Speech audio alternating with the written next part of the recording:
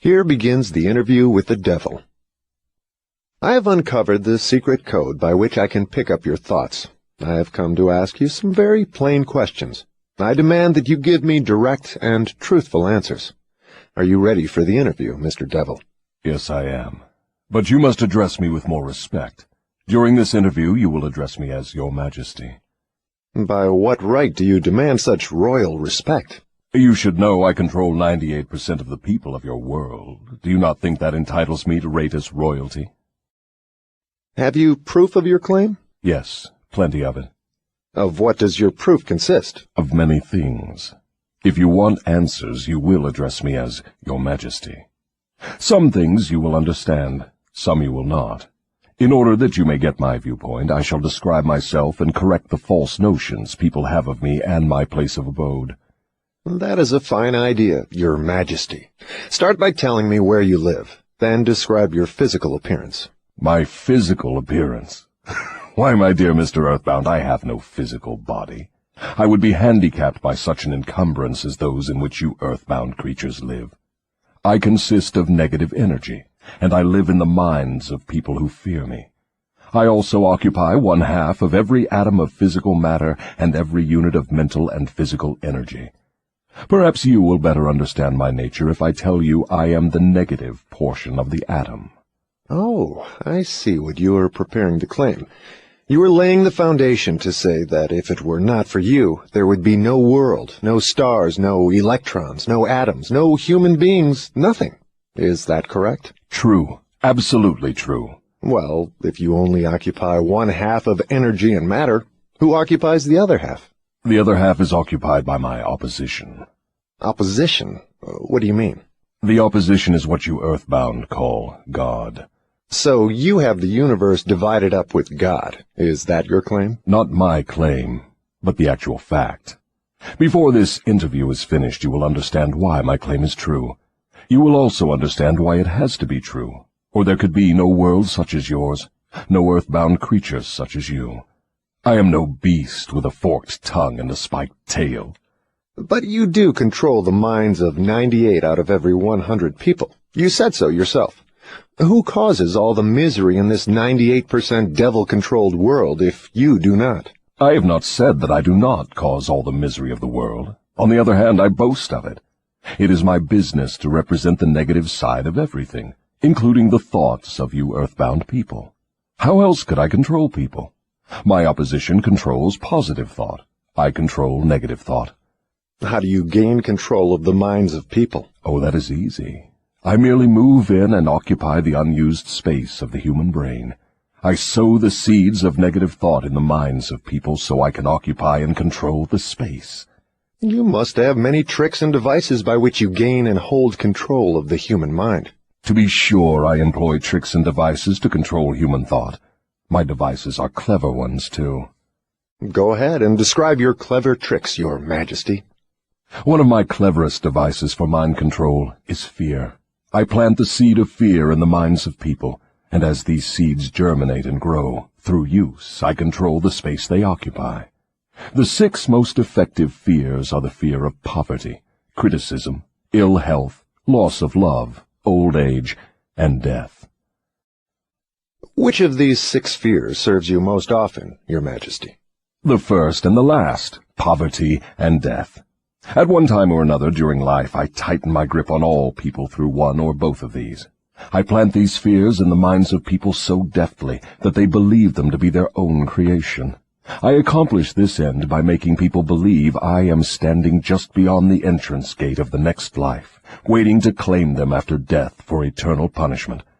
Of course, I cannot punish anyone, except in that person's own mind, through some form of fear. But fear of the thing which does not exist is just as useful to me as fear of that which does exist. All forms of fear extend the space I occupy in the human mind. Your Majesty, will you explain how you gained this control over human beings? The story is too long to be told in a few words. It began over 1,000,000 years ago when the first man began to think. Up to that time I had control over all mankind, but enemies of mine discovered the power of positive thought, placed it in the minds of men, and then began a battle on my part to remain in control. So far I have done quite well by myself, having lost only 2% of the people to the opposition. I take it from your answer that men who think are your enemies. Is that right? It is not right, but it is correct. Tell me something more about the world in which you live. I live wherever I choose. Time and space do not exist for me. I am a force best described to you as energy. My favorite physical dwelling place, as I have told you, is in the minds of the earthbound. I control a part of the brain space of every human being. The amount of space I occupy in each individual's mind depends upon how little and what sort of thinking that person does. As I have told you, I cannot entirely control any person who thinks. You speak of your opposition. Just what do you mean by that? My opponent controls all the positive forces of the world, such as love, faith, hope, and optimism. My opponent also controls the positive factors of all natural law throughout the universe, the forces which keep the earth and the planets and all the stars balanced in their courses. But these forces are meek in comparison with those which operate in the human mind under my control. You see, I do not seek to control stars and planets. I prefer the control of human minds. Where did you acquire your power, and by what means do you add to it? I add to my power by appropriating the mind power of the earthbound as they come through the gate at the time of death. 98 out of every 100 who come back to my plane from the earth plane are taken over by me, and their mind power is added to my being. I get all who come over with any form of fear. You see, I am constantly at work, preparing the minds of people before death, so I can appropriate them when they come back to my plane. Will you tell me how you go about your job of preparing human minds so you can control them? I have countless ways of gaining control of human minds while they are still on the earth plane. My greatest weapon is poverty. I deliberately discourage people from accumulating material wealth because poverty discourages men from thinking and makes them easy prey for me. My next best friend is ill health. An unhealthy body discourages thinking. Then I have countless thousands of workers on earth who aid me in gaining control of human minds. I have these agents placed in every calling.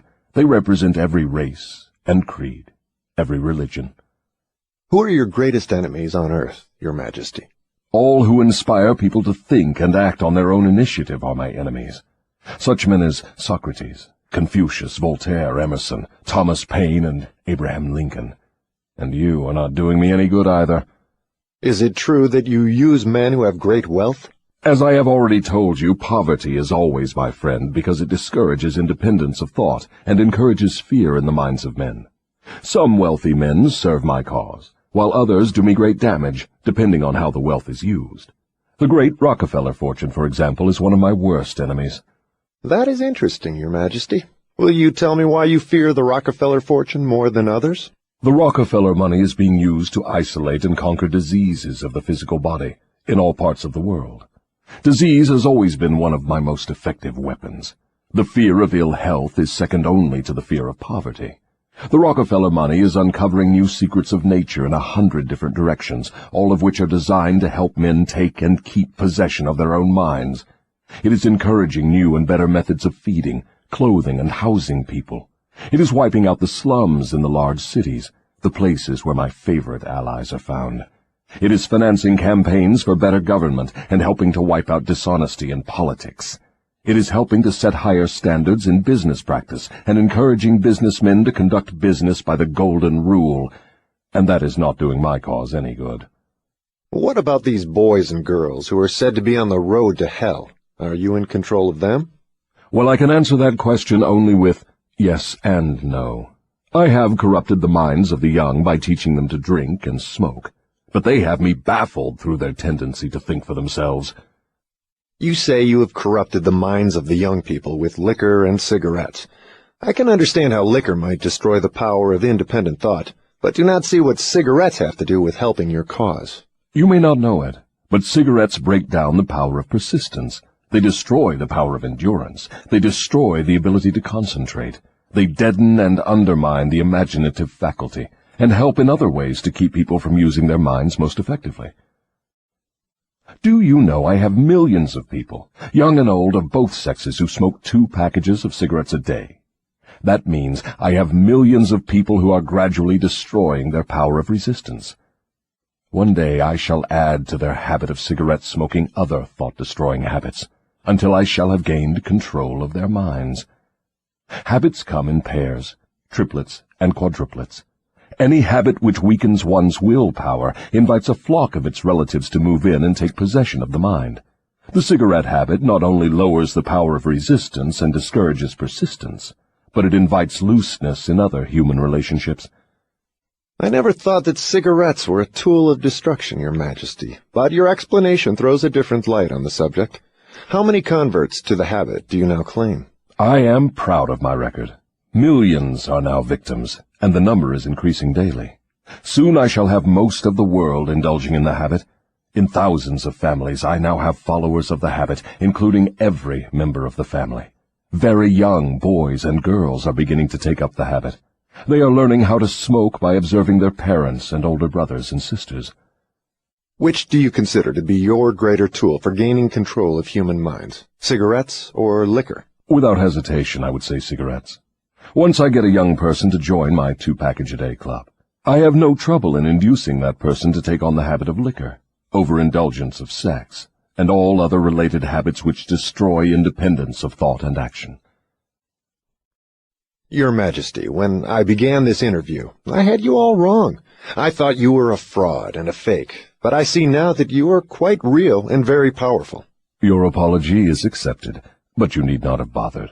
Millions of people have questioned my power, and I got most of them at the gate as they came over.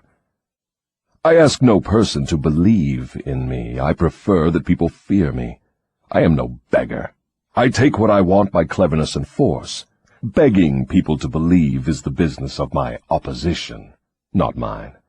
Your Majesty will please pardon my rudeness, but I would not be able to look myself in the face again if I did not tell you, here and now, that you are the damnedest fiend ever to be turned loose on innocent people. I always had the wrong conception of you. I thought you were kind enough to let people alone while they were living, that you merely tortured their souls after death. Now I learn from your own brazen confession that you destroy their right to freedom of thought and cause them to go through a living hell on earth. What do you have to say to that? I get what I want by exercising self-control. It is not so good for my own business, but I suggest you emulate me instead of criticizing me. You call yourself a thinker, and you are. Otherwise you would never have forced this interview on me. But you will never be the sort of thinker that frightens me unless you gain and exercise greater control over your own emotions. Let us get away from personalities. I came here to learn more about you, not to discuss myself. Please go ahead and tell me of the many tricks you have devised for gaining control of the human mind. What is your most powerful weapon just now? That is a difficult question to answer.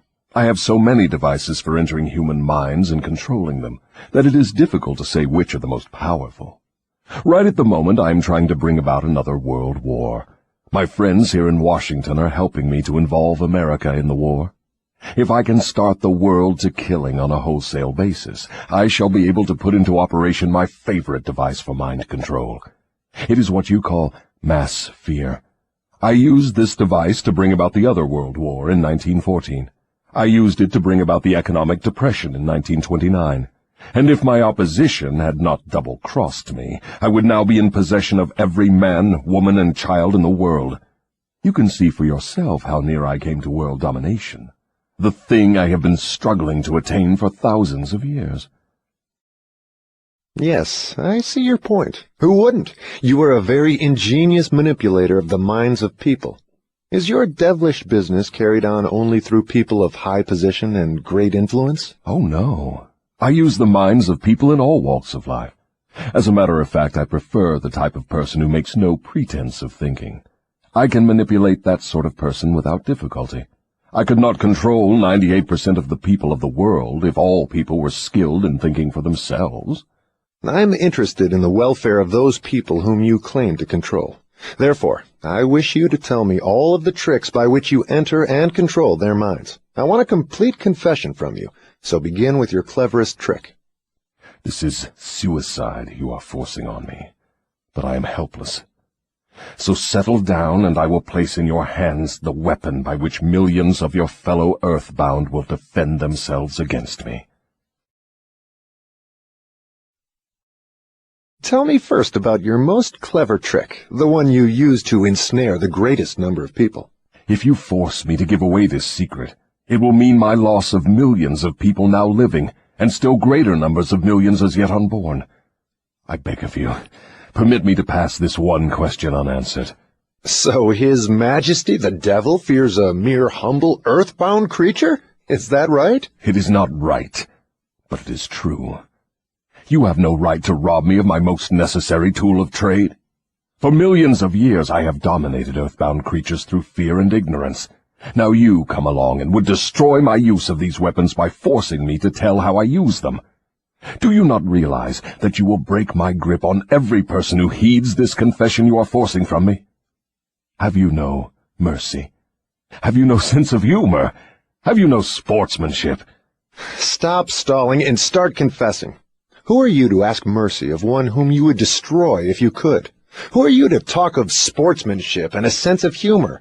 You, who by your own confession have set up a living hell on earth, where you punish innocent people through their fears and ignorance.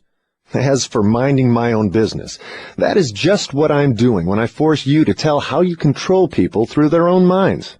My business, if it can be called a business, is helping to unlock the doors of the self-made prisons in which men and women are confined, because of the fears you have planted in their minds.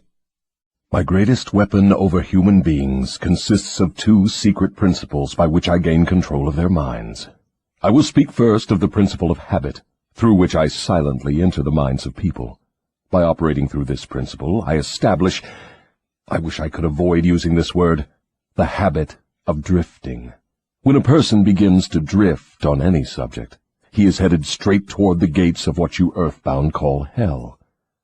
Describe all the ways in which you induce people to drift. Define the word and tell us exactly what you mean by it.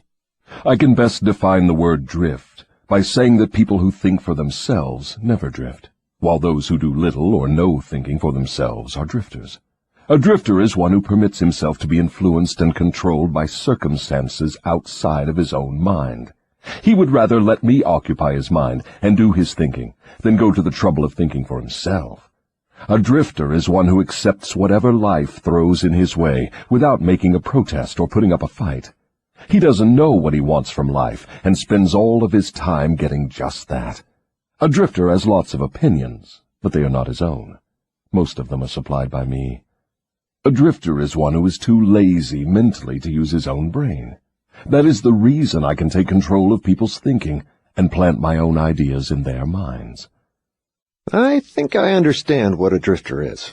Tell me the exact habits of people by which you induce them to drift through life.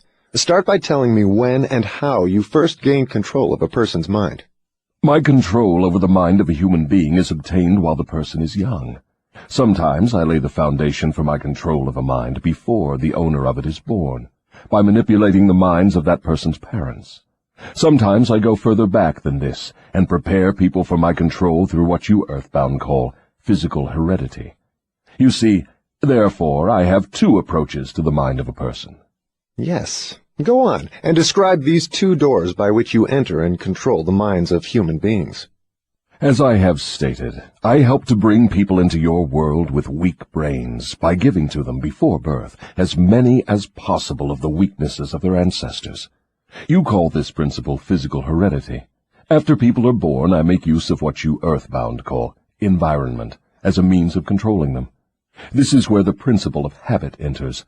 The mind is nothing more than the sum total of one's habits. One by one, I enter the mind and establish habits, which lead finally to my absolute domination of the mind. Tell me of the most common habits by which you control the minds of people. That is one of my cleverest tricks. I enter the minds of people through thoughts which they believe to be their own. Those most useful to me are fear, superstition, avarice, greed, lust, revenge, anger, vanity, and plain laziness. Through one or more of these I can enter any mind, at any age. But I get my best results when I take charge of a mind while it is young, before its owner has learned how to close any of these 9 doors. Then I can set up habits which keep the doors ajar forever. I'm catching on to your methods. Now, let us go back to the habit of drifting. Tell us all about that habit, since you say it is your cleverest trick in controlling the minds of people. As I said before, I start people drifting during their youth. I induce them to drift through school without knowing what occupation they wish to follow in life. Here I catch the majority of people. Habits are related. Drift in one direction, and soon you will be drifting in all directions. I also use environmental habits to give me a definite grip on my victims. I see. You make it your business to train children in the habit of drifting by inducing them to go through school without aim or purpose. Now, tell me of some of your other tricks with which you cause people to become drifters. Well, my second best trick in developing the habit of drifting is one that I put into operation with the aid of parents and public school teachers and religious instructors. I warn you not to force me to mention this trick. Do not disclose this trick. If you do so, you will be hated by my co-workers who help me use this trick. If you publish this confession in book form, your book will be barred from the public schools. It will be blacklisted by most of the religious leaders. It will be hidden from children by many parents. The newspapers will not dare to give reviews of your book. Millions of people will hate you for writing the book. In fact, no one will like you or your book except those who think, and you know how very few there are of this sort. My advice to you is to let me skip the description of my second best trick. So, for my own good, you wish to withhold the description of your second best trick. No one will like my book except those who think, eh? Very well, go ahead and answer. You'll regret this, Mr. Earthbound, but the joke is on you. By this mistake of yours, you will divert attention from me to yourself. My co-workers, of whom there are millions, will forget about me and hate you for uncovering my methods. Never mind about me. Tell me all about this second best trick of yours with which you induce people to drift with you to hell. My second best trick is not second at all. It is first. It is first because without it I never could gain control of the minds of the youths. Parents, school teachers, religious instructors, and many other adults unknowingly serve my purpose by helping me to destroy in children the habit of thinking for themselves. They go about their work in various ways, never suspecting what they are doing to the minds of children or the real cause of the children's mistakes. I can hardly believe you, Your Majesty. I've always believed that children's best friends were those closest to them, their parents, their school teachers, and their religious instructors. Where would children go for dependable guidance if not to those who have charge of them? That is where my cleverness comes in. There is the exact explanation of how I control 98% of the people of the world. I take possession of people during their youth, before they come into possession of their own minds, by using those who are in charge of them. I especially need the help of those who give children their religious instruction, because it is here that I break down independent thought and start people on the habit of drifting, by confusing their minds with unprovable ideas concerning a world of which they know nothing. It is here also that I plant in the minds of children the greatest of all fears, the fear of hell. I understand that it is easy for you to frighten children with threats of hell, but how do you continue to make them fear you and your hell after they grow up and learn to think for themselves? Children grow up, but they do not always learn to think for themselves. Once I capture the mind of a child through fear, I weaken that child's ability to reason and to think for himself, and that weakness goes with the child all through life. Is that not taking unfair advantage of a human being by contaminating his mind before he comes into full possession of it? Everything is fair that I can use to further my ends. I have no foolish limitations of right and wrong. Might is right with me. I use every known human weakness to gain and keep control of the human mind. I understand your devilish nature. Now, let us get back to further discussion of your methods of inducing people to drift to hell here on earth. From your confession, I see that you take charge of children while their minds are young and pliable. Tell me more of how you use parents, teachers, and religious leaders to ensnare people into drifting. One of my favorite tricks is to coordinate the efforts of parents and religious instructors, so they work together in helping me to destroy the children's power to think for themselves. I use many religious instructors to undermine the courage and power of independent thought of children by teaching them to fear me. But I use parents to aid the religious leaders in this great work of mine. How do parents help religious leaders destroy their children's power to think for themselves? I never heard of such a monstrosity. I accomplish this through a very clever trick. I cause the parents to teach their children to believe as the parents do in connection with religion, politics, marriage, and other important subjects. In this way, as you can see, when I gain control of the mind of a person, I can easily perpetuate the control by causing that person to help me fasten it upon the minds of his offspring. In what other ways do you use parents to convert children into drifters?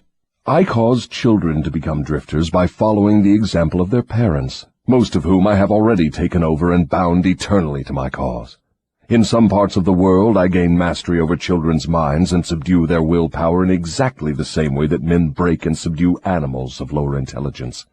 It makes no difference to me how a child's will is subdued, as long as it fears something. I will enter its mind through that fear and limit the child's power to think independently. It seems that you go out of your way to keep people from thinking. Yes, accurate thought is death to me. I cannot exist in the minds of those who think accurately. I do not mind people thinking, as long as they think in terms of fear, discouragement, hopelessness, and destructiveness. When they begin to think in constructive terms of faith, courage, hope, and definiteness of purpose, they immediately become allies of my opposition, and are therefore lost to me. I'm beginning to understand how you gain control of the minds of children through the help of their parents and religious instructors, but I do not see how the school teachers help you in this damnable work. School teachers help me gain control of the minds of children, not so much by what they teach the children, as because of what they do not teach them. The entire public school system is so administered that it helps my cause by teaching children almost everything except how to use their own minds and think independently. I live in fear that someday some courageous person will reverse the present system of school teaching and deal my cause a death blow by allowing the students to become the instructors, using those who now serve as teachers only as guides to help the children establish ways and means of developing their own minds from within. When that time comes, the school teachers will no longer belong to my staff. I was under the impression that the purpose of all schooling was to help children to think. That may be the purpose of schooling, but the system in most of the schools of the world does not carry out the purpose. School children are taught not to develop and use their own minds, but to adopt and use the thoughts of others. This sort of schooling destroys the capacity for independent thought, except in a few rare cases where the children rely so definitely upon their own willpower that they refuse to allow others to do their thinking. Accurate thought is the business of my opposition, not mine. What relationship, if any, has your opposition with the homes, the churches, and the schools? Your reply to this question should be interesting. Here is where I make use of some more of my clever tricks. I cause it to appear that everything done by the parents, the school teachers, and the religious instructors is being done by my opposition. This diverts attention from me, while I manipulate the minds of the young. When religious instructors try to teach children the virtues of my opposition, they generally do so by frightening them with my name. That is all I ask of them. I kindle the flame of fear into proportions which destroy the child's power to think accurately. In the public schools, the teachers further my cause by keeping the children so busy cramming non-essential information into their minds, they have no opportunity to think accurately or to analyze correctly the things their instructors teach them.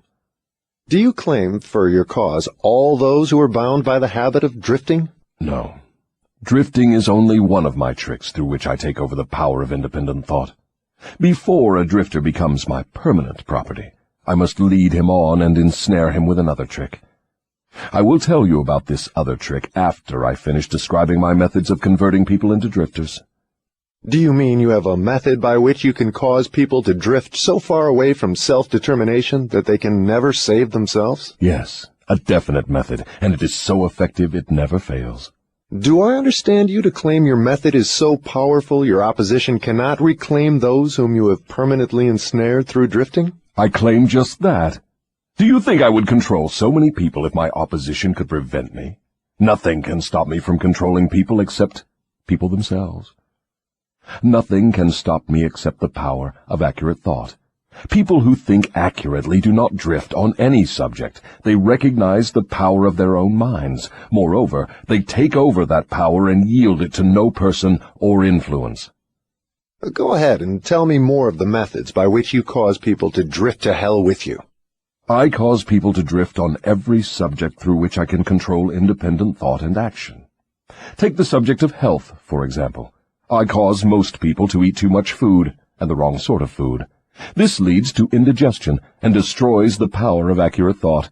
If the public schools and the churches taught children more about proper eating, they would do my cause irreparable damage. Marriage. I cause men and women to drift into marriage without plan or purpose designed to convert the relationship into harmony. Here is one of my most effective methods of converting people into the habit of drifting.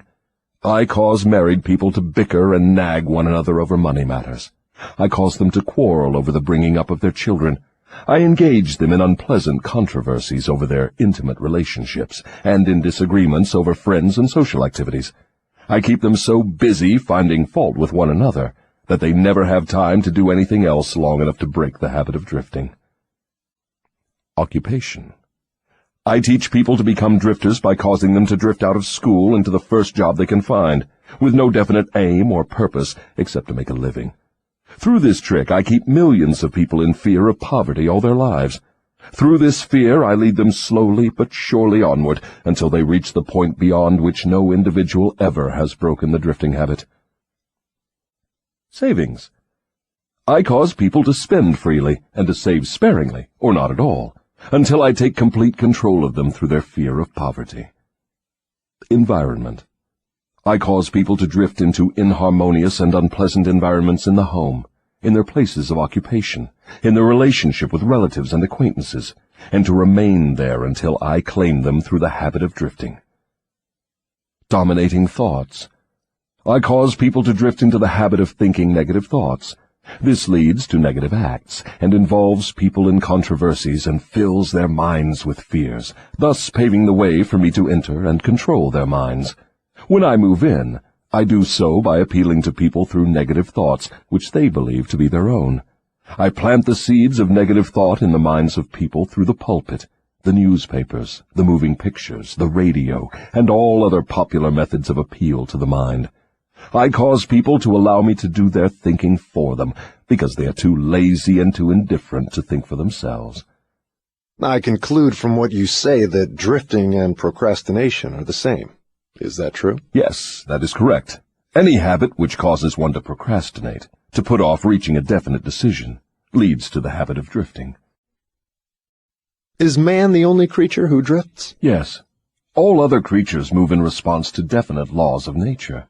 Man alone defies nature's laws and drifts when he wills.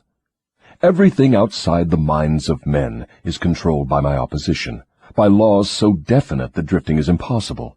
I control the minds of men solely because of their habit of drifting, which is only another way of saying that I control the minds of men only because they neglect or refuse to control and use their own minds. This is getting to be pretty deep stuff for a mere human being. Let us get back to the discussion of something less abstract. Please tell me how this drifting habit affects people in the everyday walks of life, and tell me in terms the average person can understand. I would prefer to keep this interview up among the stars. No doubt you would. That would save you from being exposed. But let us come back to Earth. Tell me now what drifting is doing to us as a nation here in the United States.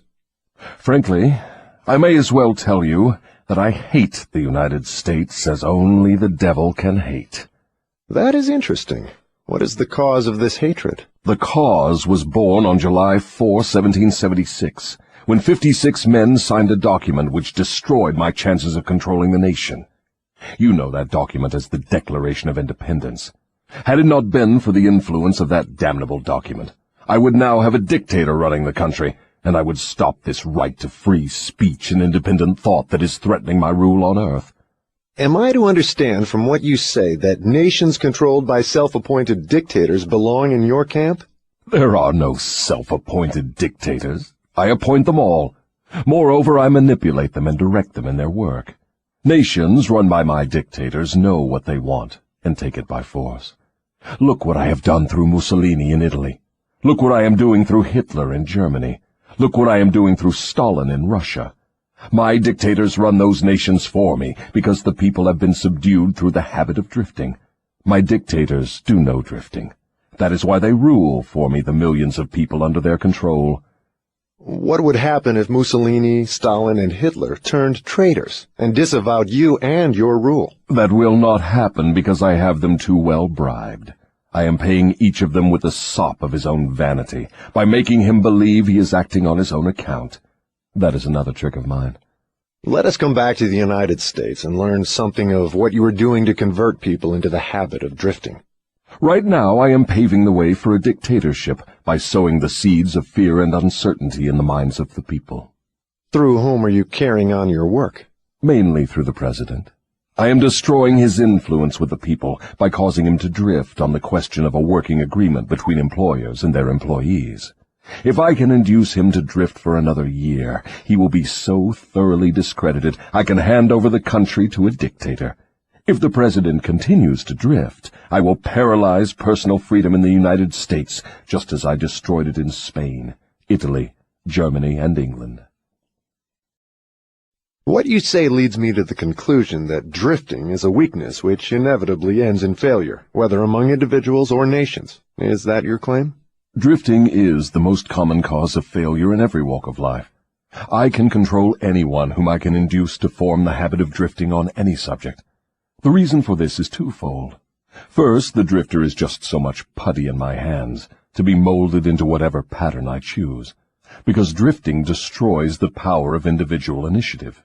Second, the drifter cannot get help from my opposition, because the opposition is not attracted to anything so soft and useless. Is that why a few people are wealthy, while the majority of people are poor? That is exactly the reason.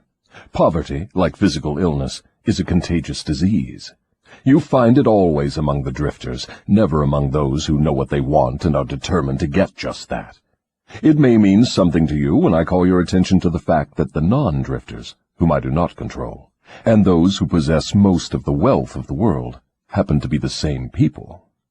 I have always understood that money was the root of all evil, that the poor and the meek would inherit heaven, while the wealthy would pass into your hands. What have you to say of that claim?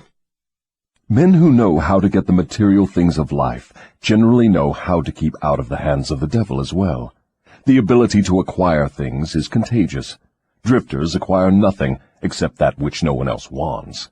If more people had definite aims and stronger desires for material and spiritual riches, I would have fewer victims. I assume, from what you say, that you do not claim fellowship with the industrial leaders. Evidently, they are not friends of yours? Friends of mine. I'll tell you what sort of friends of mine they are. They have belted the entire country with good roads, thus bringing into close communion the people of both city and country. They have converted ores into steel, with which they have built the skeletons of great skyscrapers. They have harnessed electrical power and converted it into 1,000 uses, all designed to give man time to think.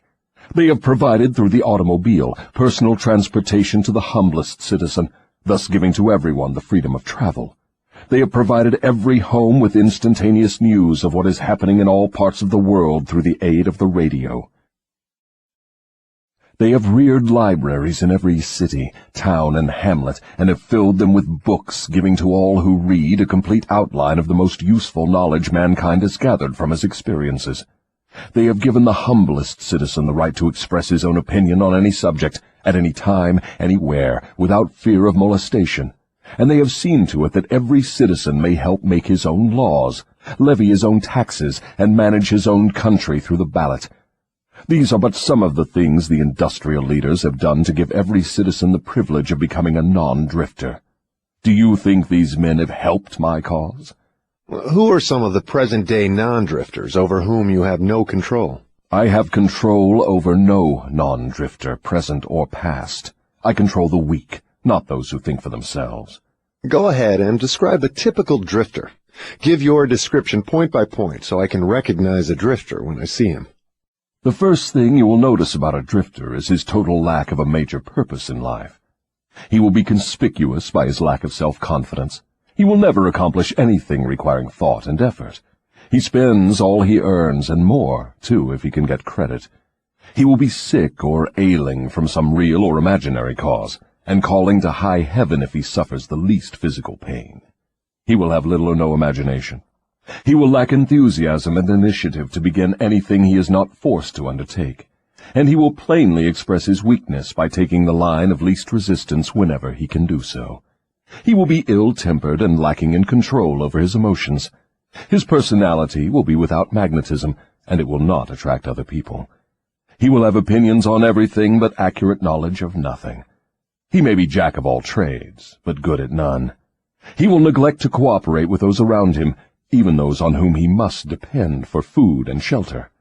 He will make the same mistake over and over again, never profiting by failure. He will be narrow-minded and intolerant on all subjects, ready to crucify those who may disagree with him. He will expect everything of others, but be willing to give little or nothing in return. He may begin many things, but he will complete nothing. He will be loud in his condemnation of his government, but he will never tell you definitely how it can be improved. He will never reach decisions on anything if he can avoid it, and if he is forced to decide, he will reverse himself at the first opportunity. He will eat too much and exercise too little. He will take a drink of liquor if someone else will pay for it. He will gamble if he can do it on the cuff. He will criticize others who are succeeding in their chosen calling. In brief, the drifter will work harder to get out of thinking than most others work in earning a good living. He will tell a lie rather than admit his ignorance on any subject. If he works for others, he will criticize them to their backs and flatter them to their faces. You have given me a graphic description of the drifter. Please now describe the non-drifter so that I may recognize him on sight. The first sign of a non-drifter is this. He is always engaged in doing something definite, through some well-organized plan which is definite.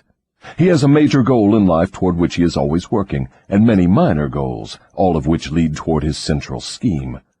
The tone of his voice, the quickness of his step, the sparkle in his eyes, the quickness of his decisions clearly mark him as a person who knows exactly what he wants and is determined to get it, no matter how long it may take, or what price he must pay. If you ask him questions, he gives you direct answers and never falls back on evasions or resorts to subterfuge. He extends many favors to others, but accepts favors sparingly, or not at all. He will be found up front, whether he is playing a game or fighting a war. If he does not know the answers, he will say so, frankly. He has a good memory, never offers an alibi for his shortcomings. He never blames others for his mistakes, no matter if they deserve the blame. He used to be known as a go-getter, but in modern times he is called a go-giver. You will find him running the biggest business in town, living on the best street, driving the best automobile, and making his presence felt wherever he happens to be. He is an inspiration to all who come into contact with his mind. The major distinguishing feature of the non-drifter is this. He has a mind of his own, and uses it for all purposes. Is the non-drifter born with some mental, physical, or spiritual advantage not available to the drifter? No. The major difference between the drifter and the non-drifter is something equally available to both. It is simply the prerogative right of each to use his own mind and think for himself. What brief message would you send to the typical drifter if you wished to cure him of this evil habit? I would admonish him to wake up and give. Give what? Some form of service useful to as many people as possible. So the non-drifter is supposed to give, is he? Yes, if he expects to get, and he must give before he gets. Some people doubt that you exist. I wouldn't worry about that if I were you. Those who are ready to be converted from the habit of drifting will recognize the authenticity of this interview by its soundness of counsel. The others are not worth the trouble it would take to convert them. Why do you not try to stop me from publishing this confession I'm wringing from you? Because that would be the surest of all ways to guarantee you will publish it. I have a better plan than trying to suppress publication of my confession. I will urge you to go ahead with the publication, then sit back and watch you suffer when some of my faithful drifters begin to make things hot for you. I will not need to deny your story. My followers will do that for me. See if they don't.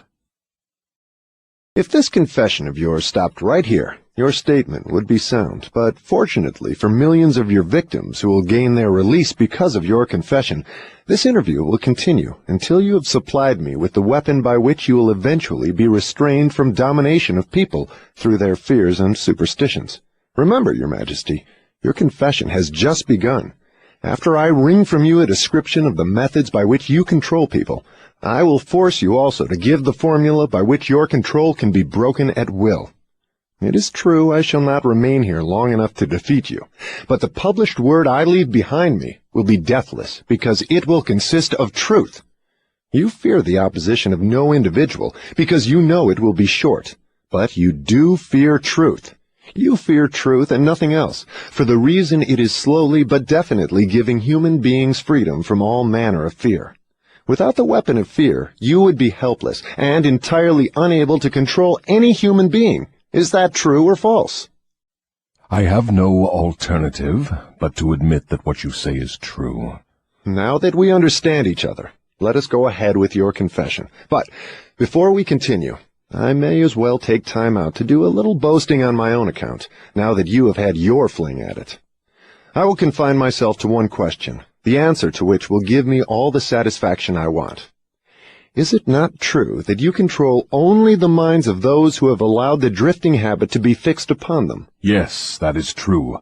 I have already admitted this truth in a dozen or more different ways. Why do you tantalize me by repeating the question? There is power in repetition. I'm forcing you to repeat the highlights of your confession in as many different ways as possible, so your victims may check this interview and determine its soundness by their own experiences with you. That is one of my little tricks. Do you approve of my method? You couldn't be setting a trap for me for the purpose of doing some more boasting, could you? I am asking the questions and you are doing the answering. Go ahead now and confess why you are powerless to stop me from forcing this confession from you. I want your confession for aid and comfort to victims of yours whom I intend to release from your control the moment they read your confession. I am powerless to influence or control you, because you have found the secret approach to my kingdom. You know that I exist only in the minds of people who have fears. You know that I control only the drifters who neglect to use their own minds. You know that my hell is here on earth, and not in the world that comes after death. And you know also that drifters supply all the fire I use in my hell. You know that I am a principle or form of energy which expresses the negative side of matter and energy, and that I am not a person with a forked tongue and a spiked tail. You have become my master because you have mastered all your fears. Lastly, you know that you can release all of my earthbound victims whom you contact, and this definite knowledge is the blow with which you will deal me the greatest damage. I cannot control you because you have discovered your own mind, and you have taken charge of it. There now, Mr. Earthbound, that confession should feed your vanity to the bursting point. That last dart was unnecessary. Knowledge of the sort I have used to master you does not contaminate itself with vulgar indulgence and vanity. Truth is the one and only thing in the world that can stand ridicule. Now let us continue with your confession. What is wrong with the principle of flattery? You use it, do you not? Do I use it? Man alive, flattery is one of my most useful weapons. With this deadly instrument I slay the big ones and the little ones. Your admission interests me. Go ahead now and tell me how you make use of flattery. I make use of it in so many ways it is difficult to know where to begin. I warn you, before I answer in detail, that publishing my answers will bring down an avalanche of ridicule on your head for bringing up the question. I'll take the responsibility. Proceed. Well, I may as well here admit that you have stumbled onto the major secret of how I convert people to the habit of drifting. That is a startling admission. Go ahead with your confession, and stick strictly to this subject of flattery. No more side remarks and no more facetiousness for the present. Tell me all about your use of flattery in gaining control over people. Flattery is a bait of incomparable value to all who wish to gain control over others. It has powerful pulling qualities because it operates through two of the most common human weaknesses, vanity and egotism. There is a certain amount of vanity and egotism in everyone. In some people, these qualities are so pronounced, they literally serve as a rope by which one may be bound. The best of all ropes is flattery. Flattery is the chief bait through which men seduce women. Sometimes, in fact, frequently, women use the same bait to gain control of men, especially men who cannot be mastered through sex appeal.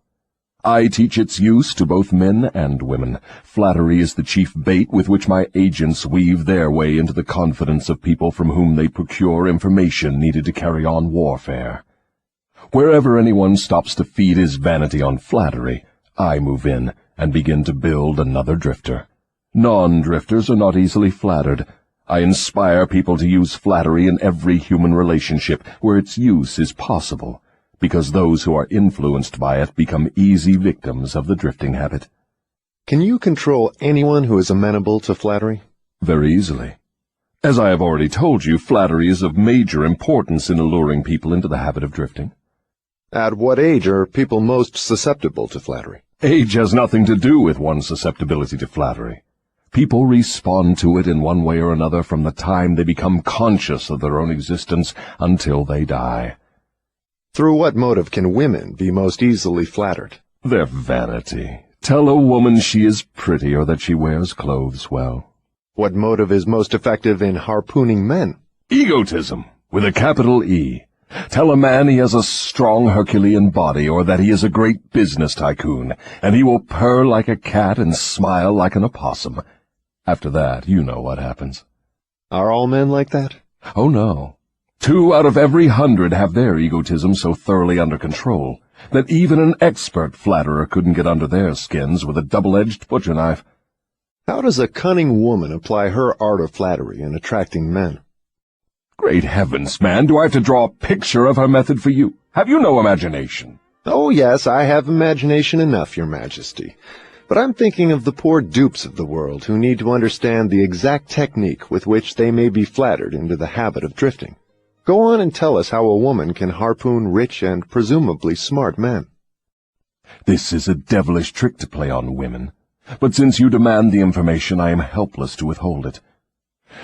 Women influence men through a technique consisting first of ability to inject soft, cooing baby tones into their voices, and second, by closing their eyes into a half-closed position which registers hypnotism in connection with the flattery of men. Is that all there is to the business of flattery? No, that is only the technique. Then comes the motive a woman uses as a lure. The type of woman you perhaps have in mind never sells a man herself or anything she can give him. Instead, she sells him his own egotism. Is that all that women use when they wish to flatter men? That is the most effective thing they use. It works when sex appeal fails. So I am to believe that big, strong, smart men can be wound up and manipulated through flattery just as if they were so much putty? Is that possible? Is it possible? It is happening every minute of the day. Moreover, unless they are non-drifters, the bigger they come, the harder they fall when the expert flatterer moves in on them. Tell me of some of your other tricks with which you cause people to drift in life. One of my most effective devices is failure. The majority of people begin to drift as soon as they meet with opposition, and not 1 out of 10,000 will keep on trying after failing 2 or 3 times. So it is your business to induce people to fail whenever you can. Is that correct? You have it right. Failure breaks down one's morale, destroys self-confidence, subdues enthusiasm, dulls imagination, and drives away definiteness of purpose. Without these qualities, no one can permanently succeed in any undertaking.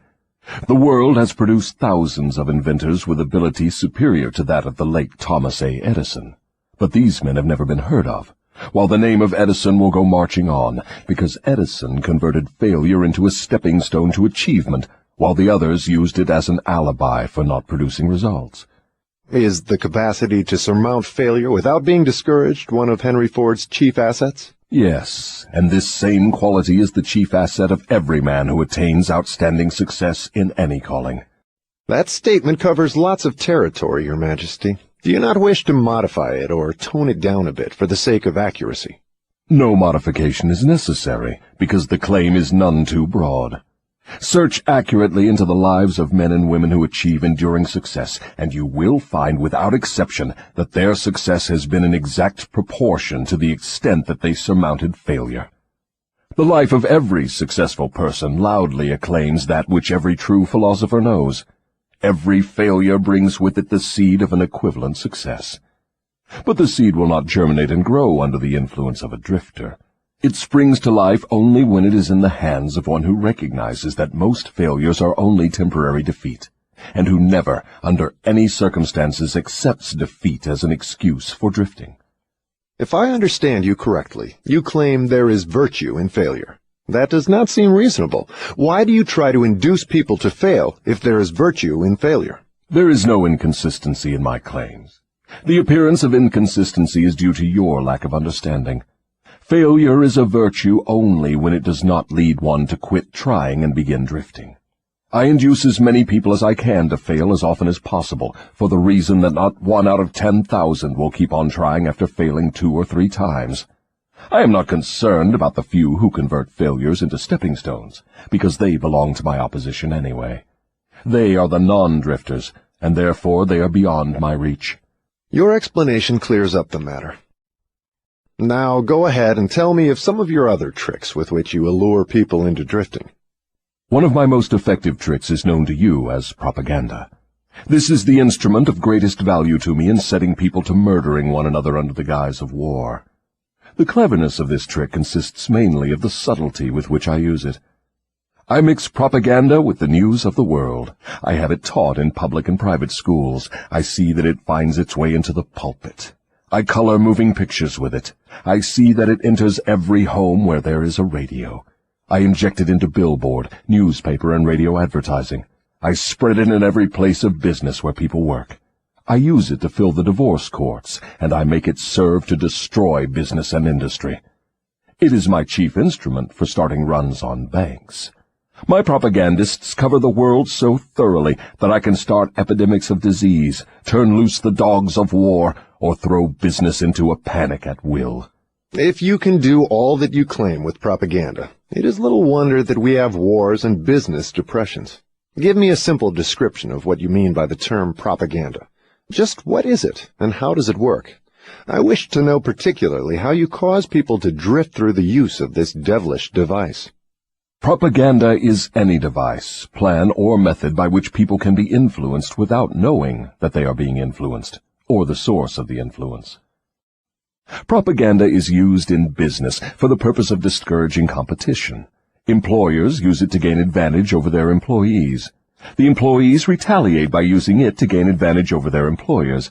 In fact, it is used so universally and through such a smooth and beautiful streamlined technique that it looks harmless even when it is detected. I suppose some of your boys are now engaged in preparing the minds of the American people to drift into some form of dictatorship. Tell me how they work. Yes, millions of my boys are preparing Americans to become Hitlerized. My best boys are working through politics and labor organization.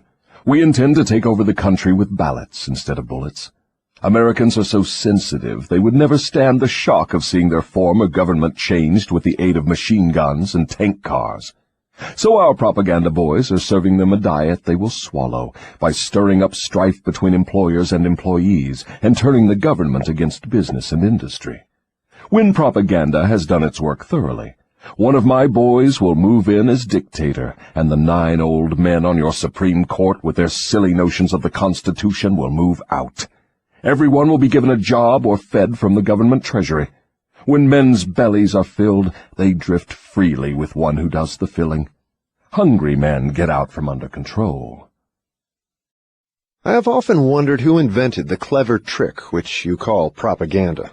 From what you tell me of its source and nature, I understand why it is so deadly. Only one as clever as your Majesty could have invented such a device with which to dull the reason, dethrone the will, and lure men into drifting. Why do you not use your powerful propaganda to gain control of your victims, instead of subduing them through fear and annihilating them through warfare? What is fear of the devil except propaganda? You have not observed my technique very carefully, or you would have seen that I am the world's greatest propagandist. I never attain an end by direct, open means which I can achieve through subterfuge and subtlety. What do you suppose I am using when I plant negative ideas in the minds of men, and gain control of them through what they believe to be their own ideas? What would you call that, except the cleverest of all forms of propaganda? Surely you are not going to tell me that you destroy people through their own help without their realizing what you are doing. That is exactly what I wish you to understand. Moreover, I will show you exactly how the trick is performed. Now we are getting somewhere. Exactly how do you convert human beings into propagandists and lure them into self-imprisonment? Give me the story with all its lurid details. This is the most important part of your confession, and I'm consumed with eagerness to gain control of your secret. I can hardly blame you for stalling about answering my question, because you know so well that your answer will snatch millions of innocent victims from your control. You also know that your answer will protect other countless millions of yet unborn people from being victimized by you. It is little wonder you are hedging about answering. Your deductions are correct. This part of my confession will do me more damage than all the remainder of it. Stating your headache in a better way, this part of your confession will save more millions of people from your control than all the remainder of it. All I can say is that you have me in a hell of a situation. Now you shall know how the millions of your victims feel. Let's have it. I make my first entry into an individual's mind by bribing him. What do you use as a bribe? I use many things, all of them pleasant things the individual covets. I use the same sort of bribes that individuals use when they bribe one another. That is, I use for bribes the things people most want. My best bribes are these: love, the thirst for sex expression, covetousness for money, the obsessive desire to gain something for nothing, gambling, vanity in women, egotism in men, desire to be the master of others, desire for intoxicants and narcotics, desire for self-expression through words and deeds, desire to imitate others, desire for the perpetuation of life after death, desire to be a hero or heroine, desire for physical food. That is an imposing list of bribes, Your Majesty. Do you use others? Yes, plenty of them, but these are my favorites. Through some combination of them I can enter the mind of any human being at will at any age from birth until death. You mean that these bribes are the keys with which you can silently unlock the door to any mind you choose? That is exactly what I mean, and I can do it too. What happens when you enter the mind of a person who is not yet in the habit of drifting, but belongs in the 98% class as a potential drifter? I go to work immediately to occupy as much of that person's mind as I can master. If the individual's greatest weakness is the desire for money, I begin to dangle coins before him, figuratively speaking. I intensify his desire and induce him to go after money. Then when he gets near it, I snatch it away from him. This is an old trick of mine. After the trick has been repeated a few times, the poor fellow gives in and quits. Then I take over a little more space in his mind and fill it with the fear of poverty. That is one of my best mind fillers. Yes, I admit your method is very clever, but what happens if the victim fools you and gets his hands on a lot of money? You don't fill his mind with the fear of poverty then, do you? No, I don't. I take over the space by filling it with something which serves my purpose just as well. If the victim converts his desire for money into large sums, I start overfeeding him with the things he can buy with it. For example, I cause him to stuff himself with rich foods. This slows down his thinking capacity, endangers his heart, and starts him on the road to drifting. Then I pester him with intestinal poisoning through the surplus food he eats. That also slows down his thinking and gives him a nasty disposition. What if the victim is not a glutton? What other follies can you induce him to pick up that lead to drifting? If the victim is a male, I can usually snare him through his sex appetite. Overindulgence in sex starts more men to drifting toward failure than all other causes combined. So food and sex are two of your surefire baits. Is that correct? Yes. With these two lures, I can take over a majority of my victims. And then there is the desire for money. I'm beginning to think that wealth is more dangerous than poverty, if your story is to be believed. That altogether depends on who has the wealth and how it was acquired. What has the manner in which money is acquired to do with its being a blessing or a curse? Everything. If you don't believe me, take a look at those who acquire a large amount of money quickly, without time to get wisdom along with it, and observe how they use it.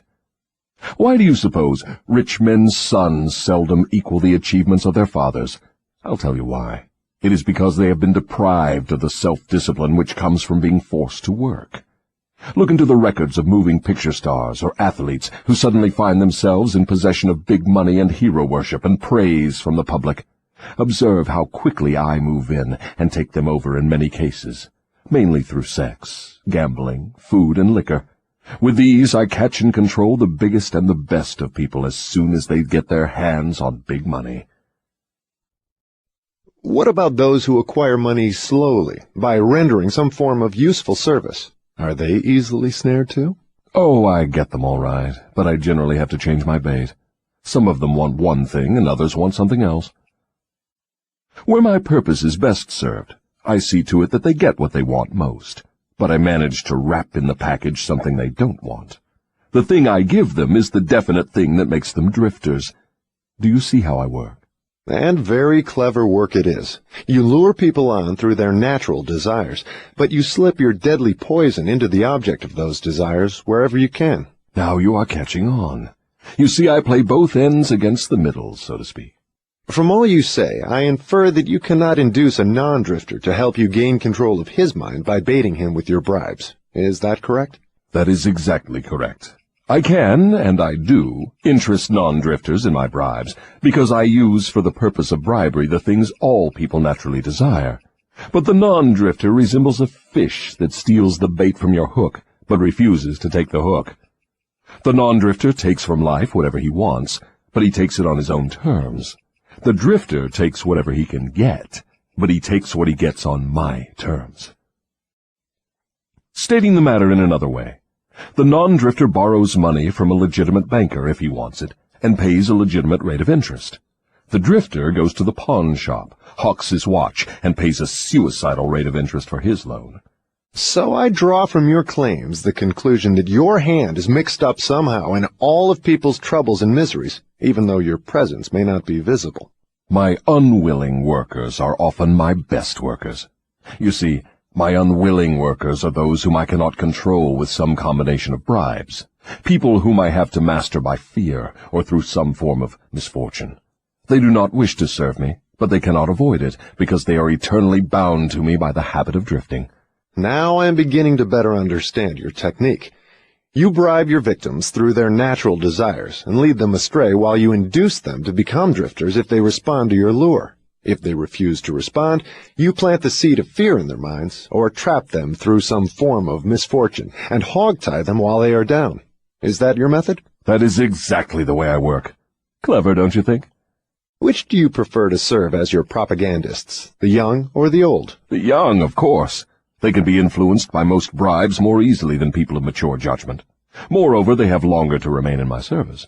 Your Majesty has given me a clear description of drifting. Tell me what must be done to ensure against the habit of drifting. I want a complete formula that anyone can use. Protection against drifting lies within easy reach of every human being who has a normal body and a sound mind. The self-defense can be applied through these simple methods. 1. Do your own thinking on all occasions. The fact that human beings are given complete control over nothing save the power to think their own thoughts is laden with significance. 2. Decide definitely what you want from life, then create a plan for attaining it, and be willing to sacrifice everything else if necessary, rather than accept permanent defeat. 3. Analyze temporary defeat, no matter of what nature or cause, and extract from it the seed of an equivalent advantage. 4. Be willing to render useful service equivalent to the value of all material things you demand of life, and render the service first. 5. Recognize that your brain is a receiving set that can be attuned to receive communications from the universal storehouse of infinite intelligence, to help you transmute your desires into their physical equivalent. 6. Recognize that your greatest asset is time, the only thing except the power of thought which you own outright, and the one thing which can be shaped into whatever material things you want. Budget your time so none of it is wasted. 7. Recognize the truth that fear generally is a filler with which the devil occupies the unused portion of your mind, that it is only a state of mind which you can control by filling the space it occupies with faith in your ability to make life provide you with whatever you demand of it. 8. When you pray, do not beg. Demand what you want, and insist upon getting exactly that, with no substitutes. 9. Recognize that life is a cruel taskmaster, and that either you master it, or it masters you. There is no halfway or compromising point. Never accept from life anything you do not want. If that which you do not want is temporarily forced upon you, you can refuse, in your own mind, to accept it, and it will make way for the thing you do want. 10. Lastly, remember that your dominating thoughts attract, through a definite law of nature, by the shortest and most convenient route, their physical counterpart. Be careful what thoughts you dwell upon. That list looks imposing. Give me a simple formula, combining all the 10 points. If you had to combine all 10 in one, what would it be? Be definite in everything you do and never leave unfinished thoughts in the mind. Form the habit of reaching definite decisions on all subjects. Can the habit of drifting be broken, or does it become permanent once it has been formed? The habit can be broken if the victim has enough willpower, providing it is done in time. There is a point beyond which the habit can never be broken. Beyond that point, the victim is mine. He resembles a fly that has been caught in a spider's web. He may struggle, but he cannot get out. Each move he makes entangles him more securely. The web in which I entangle my victims permanently is a law of nature not yet isolated by or understood by men of science. What is this mysterious law through which you take permanent control of people's bodies, even before you take over their souls? The whole world will want to know more about this law and how it operates. It will be hard to describe the law so you will understand it, but you may call it hypnotic rhythm. It is the same law through which people can be hypnotized. So you have the power to use the laws of nature as a web in which you bind your victims in eternal control. Is that your claim? That is not only my claim, it is the truth. I take over their minds and bodies even before they die whenever I can lure them or frighten them into hypnotic rhythm. What is hypnotic rhythm? How do you use it to gain permanent mastery over human beings? I will have to go back into time and space and give you a brief elementary description of how nature uses hypnotic rhythm. Otherwise, you will not be able to understand my description of how I use this universal law to control human beings. Go ahead, but keep your story confined to simple illustrations which come within the range of my own experience and knowledge of natural laws. Very well. I shall do my best. You, of course, know that nature maintains a perfect balance between all the elements and all the energy in the universe. You can see that the stars and the planets move with perfect precision, each one keeping its own place in time and space. You can see that the seasons of the year come and go with perfect regularity. You can see that an oak tree grows from an acorn, and a pine grows from the seed of its ancestor. An acorn never produces a pine, and a pine seed never produces an oak. These are simple things which anyone can understand. What one cannot see is the universal law through which nature maintains perfect balance throughout the myriad of universes. You, earthbound, caught a fragmentary glimpse of this great universal law when Newton discovered that it holds your earth in its position and causes all material objects to be attracted toward the center of the earth. He called the law gravitation. But he did not go far enough in his study of the law. If he had, he would have discovered that the same law which holds your earth in position and helps nature maintain a perfect balance over the 4 dimensions, in which all matter and energy are contained, is the web in which I entangle and control the minds of human beings. Tell me more of this astounding law of hypnotic rhythm. As I have already stated, there is a universal form of energy with which nature keeps a perfect balance between all matter and energy. She makes specialized use of this universal building material by breaking it up into different wavelengths. The breaking up process is carried on through habit. You will better understand what I am trying to convey if I compare it with the method by which one learns to play music. At first, the notes are memorized in the mind. Then they are related to one another through melody and rhythm. By repetition, the melody and rhythm become fixed in the mind. Observe how relentlessly the musician must repeat a tune before he masters it. Through repetition, the musical notes blend, and then you have music. Any impulse of thought that the mind repeats over and over through habit forms an organized rhythm. Undesirable habits can be broken, They must be broken before they assume the proportions of rhythm. Are you following me? Yes. Well, to continue, rhythm is the last stage of habit. Any thought or physical movement which is repeated over and over through the principle of habit finally reaches the proportion of rhythm. Then the habit cannot be broken, because nature takes it over and makes it permanent. It is something like a whirlpool in water. An object may keep floating indefinitely unless it is caught in a whirlpool. Then it is carried round and round, but it cannot escape. The energy with which people think may be compared with water in a river. So this is the way in which you take control of the minds of people, is it? Yes. All I have to do to gain control over any mind is to induce its owner to drift. Am I to understand that the habit of drifting is the major danger through which people lose their prerogative or privilege of thinking their own thoughts and shaping their own earthly destinations? That and much more. Drifting is also the habit through which I take over their souls after they give up their physical bodies. Then the only way a human being can be saved from eternal annihilation is by maintaining control over his own mind while he is on this earth. Is that true? You have stated the truth perfectly. Those who control and use their minds escape my web. I get all the others as naturally as the sun sets in the west. Is that all there is to the business of being saved from eternal annihilation? Doesn't what you call your opposition have anything to do with saving people? I can see that you do think very deeply.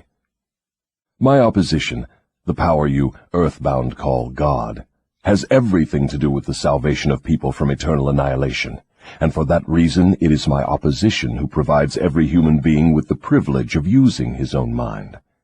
If you use that power by maintaining control over your own mind, you become a part of it when you give up your physical body. If you neglect to use it, then I have the privilege of taking advantage of the neglect through the law of hypnotic rhythm. How much of a person do you take over when you gain control of him? Everything that is left after he ceases to control and use his own mind. In other words, when you gain control of a person, you take over all there is of his individuality up to the time that he quits using his own mind. Is that correct? That is how I operate. What do you do with people whom you control before death? Of what good are they to you while they live? I use them, or what is left of them after I take charge, as propagandists to help me prepare the minds of others to drift.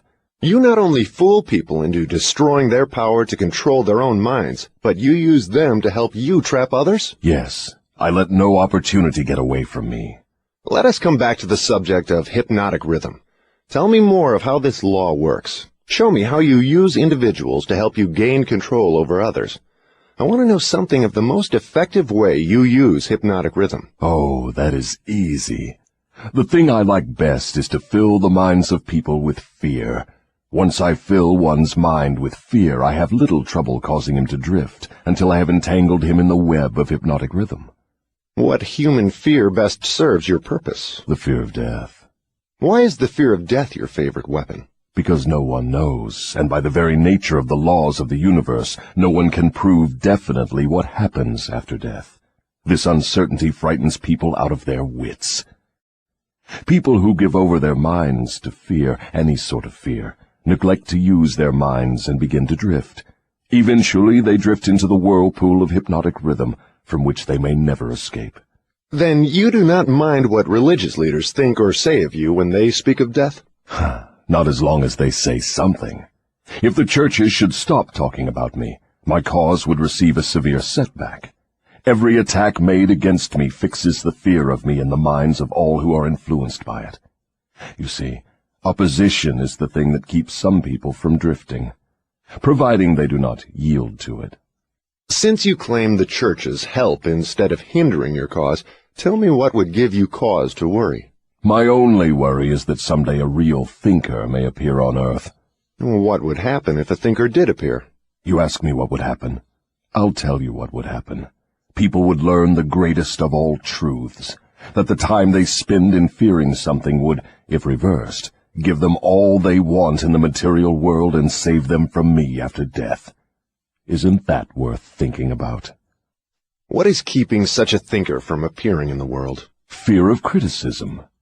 It may interest you to know that the fear of criticism is the only effective weapon I have with which to whip you. If you were not afraid to publish this confession after you wring it from me, I would lose my earthly kingdom. And if I did surprise you and publish it, how long would it be until you lost your kingdom? Just long enough for one generation of children to grow into understanding. You cannot take the adults from me. I have them too securely sewed up. But if you published this confession, it would be sufficient to keep me from gaining control of the yet unborn and those who have not yet reached the age of reason. You wouldn't dare publish what I have told you about the religious leaders. They would crucify you. I thought the savage practice of crucifixion went out of style 2,000 years ago. I don't mean crucifixion on a cross. I mean social and financial crucifixion. Your income would be shut off. You would become a social outcast. Religious leaders and their followers alike would treat you with scorn. Suppose I should choose to throw in my lot with the select few who make a pretense of using their own minds rather than fear the masses who do not, the masses of whom you claim 98%. If you have courage enough to do this, you will crimp my style. Why do you lay claim to no scientist? Don't you like scientists? Oh, yes. I like all people well enough, but true scientists are out of my reach. Why? Because they think for themselves and spend their time studying natural laws. They deal with cause and effect. They deal with facts wherever they find them. But do not make the mistake of believing scientists have no religion. They have a very definite religion. What is their religion? The religion of truth. The religion of natural law. If the world ever produces an accurate thinker with ability to fathom the deeply buried secret of life and death, you can be sure that science will be responsible for the catastrophe. Catastrophe to whom? To me, of course. Let's get back to the subject of hypnotic rhythm. I want to know more about it. Is it something like the principle through which people can hypnotize one another? It is precisely the same thing. I have already told you so. Why do you repeat your questions? That is an old worldly custom of mine, Your Majesty. For your enlightenment, I will tell you, I am forcing you to repeat many of your statements for the sake of emphasis. I'm also trying to see if I can catch you in a lie. Don't dodge the issue. Get back to hypnotic rhythm and tell me all you know about it. Am I a victim of it? Not now, but you barely missed falling into my web. You drifted toward the whirlpool of hypnotic rhythm until you discovered how to force me into making this confession. Then I lost control of you. How interesting. You are not trying to recapture me through flattery, are you? That would be the best bribe I could offer you. It is the bribe I used on you effectively before you got the upper hand of me. With what did you flatter me? With many things. Chief among them sex and the desire for self-expression. What effect did your bribes have on me? They caused you to neglect your major purpose in life and started you to drifting. Was that all you did to me through your bribes? That was plenty. But I am back on the track and out of your reach now, am I not? Yes, you are temporarily out of my reach because you are not drifting. What broke your spell over me and released me from the habit of drifting? My answer may humiliate you. Do you want to hear it? Go ahead and give it to me, Your Majesty. I wish to learn how much truth I can stand. When you found a great love in the woman of your choice, I lost my grip on you. So you are going to accuse me of hiding behind a woman's skirts, are you? No, not hiding. I wouldn't put it that way. I would say you have learned how to give yourself a solid background with the embellishment of a woman's mind. The woman's skirt has nothing to do with it, then? No, but her brain does. When you and your wife began to combine your two brains through your habit of master-minding every day, you stumbled upon the secret power with which you forced me into this confession. Is that the truth, or are you trying to flatter me again? I could flatter you if I had you alone, but I cannot flatter you while you have the use of your wife's mind. I'm beginning to catch on to something important. I'm beginning to understand what was meant by the writer of that passage in the Bible, which says substantially, "When two or more meet together and ask for anything in my name, it shall be granted." It is true, then, that two minds are better than one. It is not only true, it is necessary before anyone can continuously contact the great storehouse of infinite intelligence, wherein is stored all that is, all that ever was, and all that can ever be. Is there such a storehouse? If there had not been, you would not, could not, now be humiliating me with this silly forced confession. Isn't it dangerous to give this sort of information to the world? Sure, it is dangerous to me. If I were you, I would not give it out. Let us get back now to the technique through which you fasten on your victims the habit of drifting. What is the very first step a drifter must take to break the habit? A burning desire to break it. You, of course, know that no one can be hypnotized by another person without his willingness to be hypnotized. Neither can nature place one under the spell of hypnotic rhythm without his willingness to be hypnotized. The willingness may assume the form of indifference toward life generally, lack of ambition, fear, lack of definiteness of purpose, and many other forms. Nature does not need one's consent in order to place him under the spell of hypnotic rhythm. It needs only to find him off guard, through any form of neglect to use his own mind. Remember this. Whatever you have, you use it or you lose it. All successful attempts to break the habit of drifting must be done before nature makes the habit permanent through hypnotic rhythm. As I understand you, hypnotic rhythm is a natural law through which nature fixes the vibration of all environments. Is that true? Yes. Nature uses hypnotic rhythm to make one's dominating thoughts and one's thought habits permanent. That is why poverty is a disease. Nature makes it so by fixing permanently the thought habits of all who accept poverty as an unavoidable circumstance. Through this same law of hypnotic rhythm, nature will also fix permanently positive thoughts of opulence and prosperity. Perhaps you will better understand the working principle of hypnotic rhythm if I tell you its nature is to fix permanently all habits, whether they are mental or physical. If your mind fears poverty, your mind will attract poverty. If your mind demands opulence and expects it, your mind will attract the physical and financial equivalents of opulence. This is in accordance with an immutable law of nature. Did the writer of that sentence in the Bible, "Whatsoever a man soweth, that shall he also reap," have in mind this law of nature? He could have nothing else in mind. The statement is true. You can see evidence of its truth in all human relationships. And that is why the man who forms the habit of drifting through life must accept whatever life hands him. Is that correct? That is absolutely correct. Life pays the drifter its own price on its own terms. The non-drifter makes life pay on his own terms. Doesn't the question of morals enter into what one gets from life? To be sure, but only for the reason that one's morals have an influence on one's thoughts. No one can collect what he wants from life merely by being good, if that is what you want to know. No, I guess not. I see what you mean. We are all where we are and what we are because of our own deeds. No, not exactly. You are where you are and what you are because of your thoughts and your deeds. Then there is no such reality as luck, is there? Emphatically no. Circumstances which people do not understand are classified under the heading of luck. Back of every reality is a cause. Often the cause is so far removed from the effect that the circumstance can be explained only by attributing it to the operation of luck. Nature knows no such law as luck. It is a man-made hypothesis with which he explains away things he does not understand. The terms luck and miracle are twin sisters. Neither of them has any real existence except in the imaginations of people. Both are used to explain that which people do not understand. Remember this. Everything having a real existence is capable of proof. Keep this one truth in mind, and you will become a sounder thinker. Which is more important, one's thoughts or one's deeds?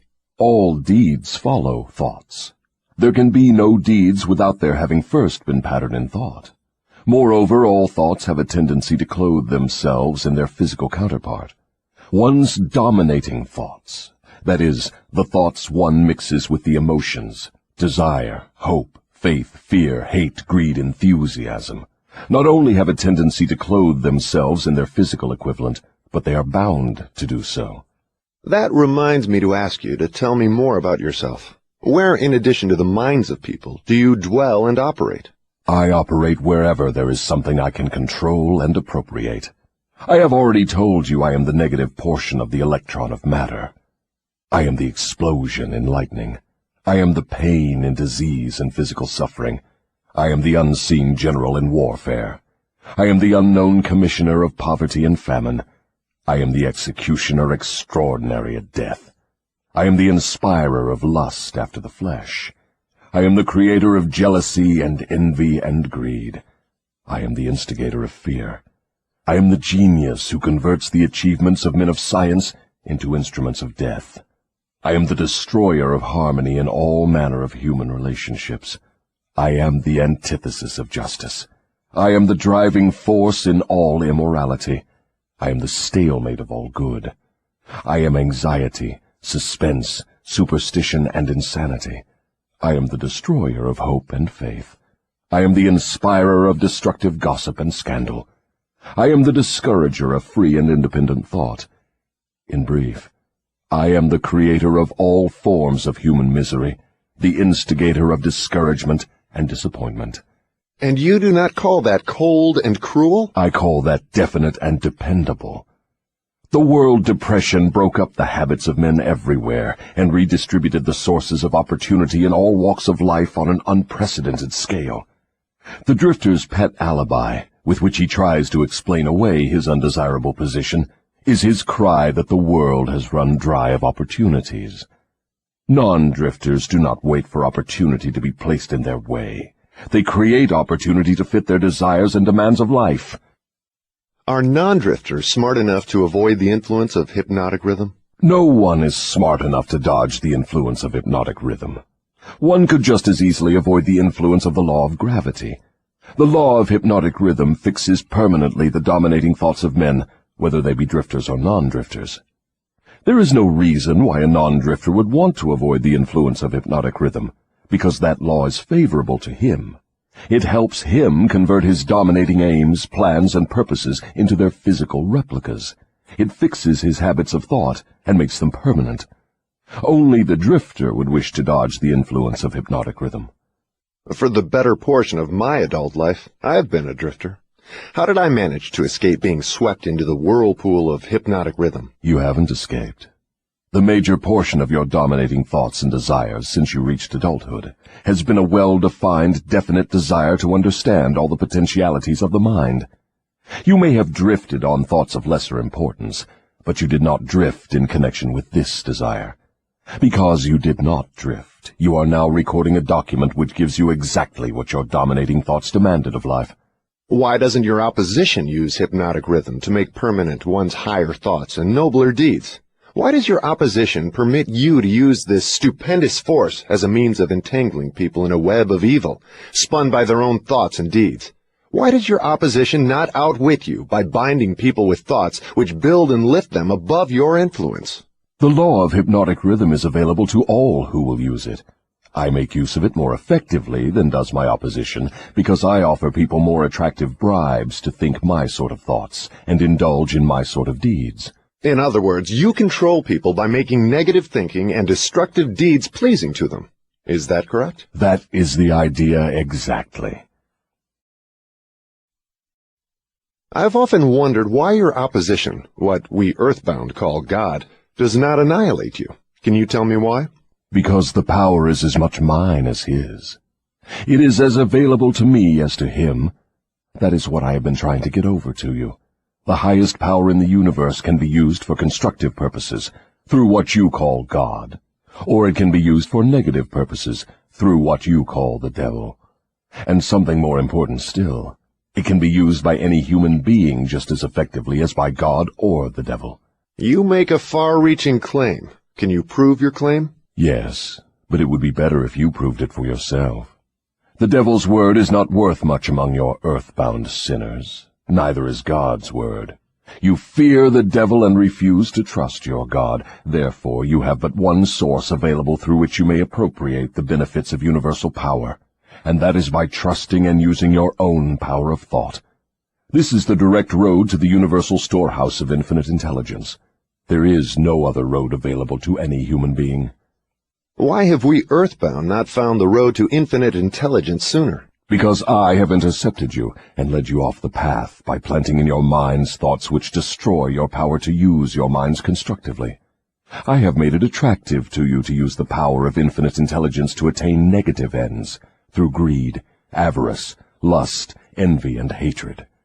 Remember, your mind attracts that which your mind dwells upon. To divert you away from my opposition, I had only to feed you on thoughts helpful to my cause. If I understand what you're saying, you're admitting that no human being need fear the devil or worry about how to flatter God. That is it precisely.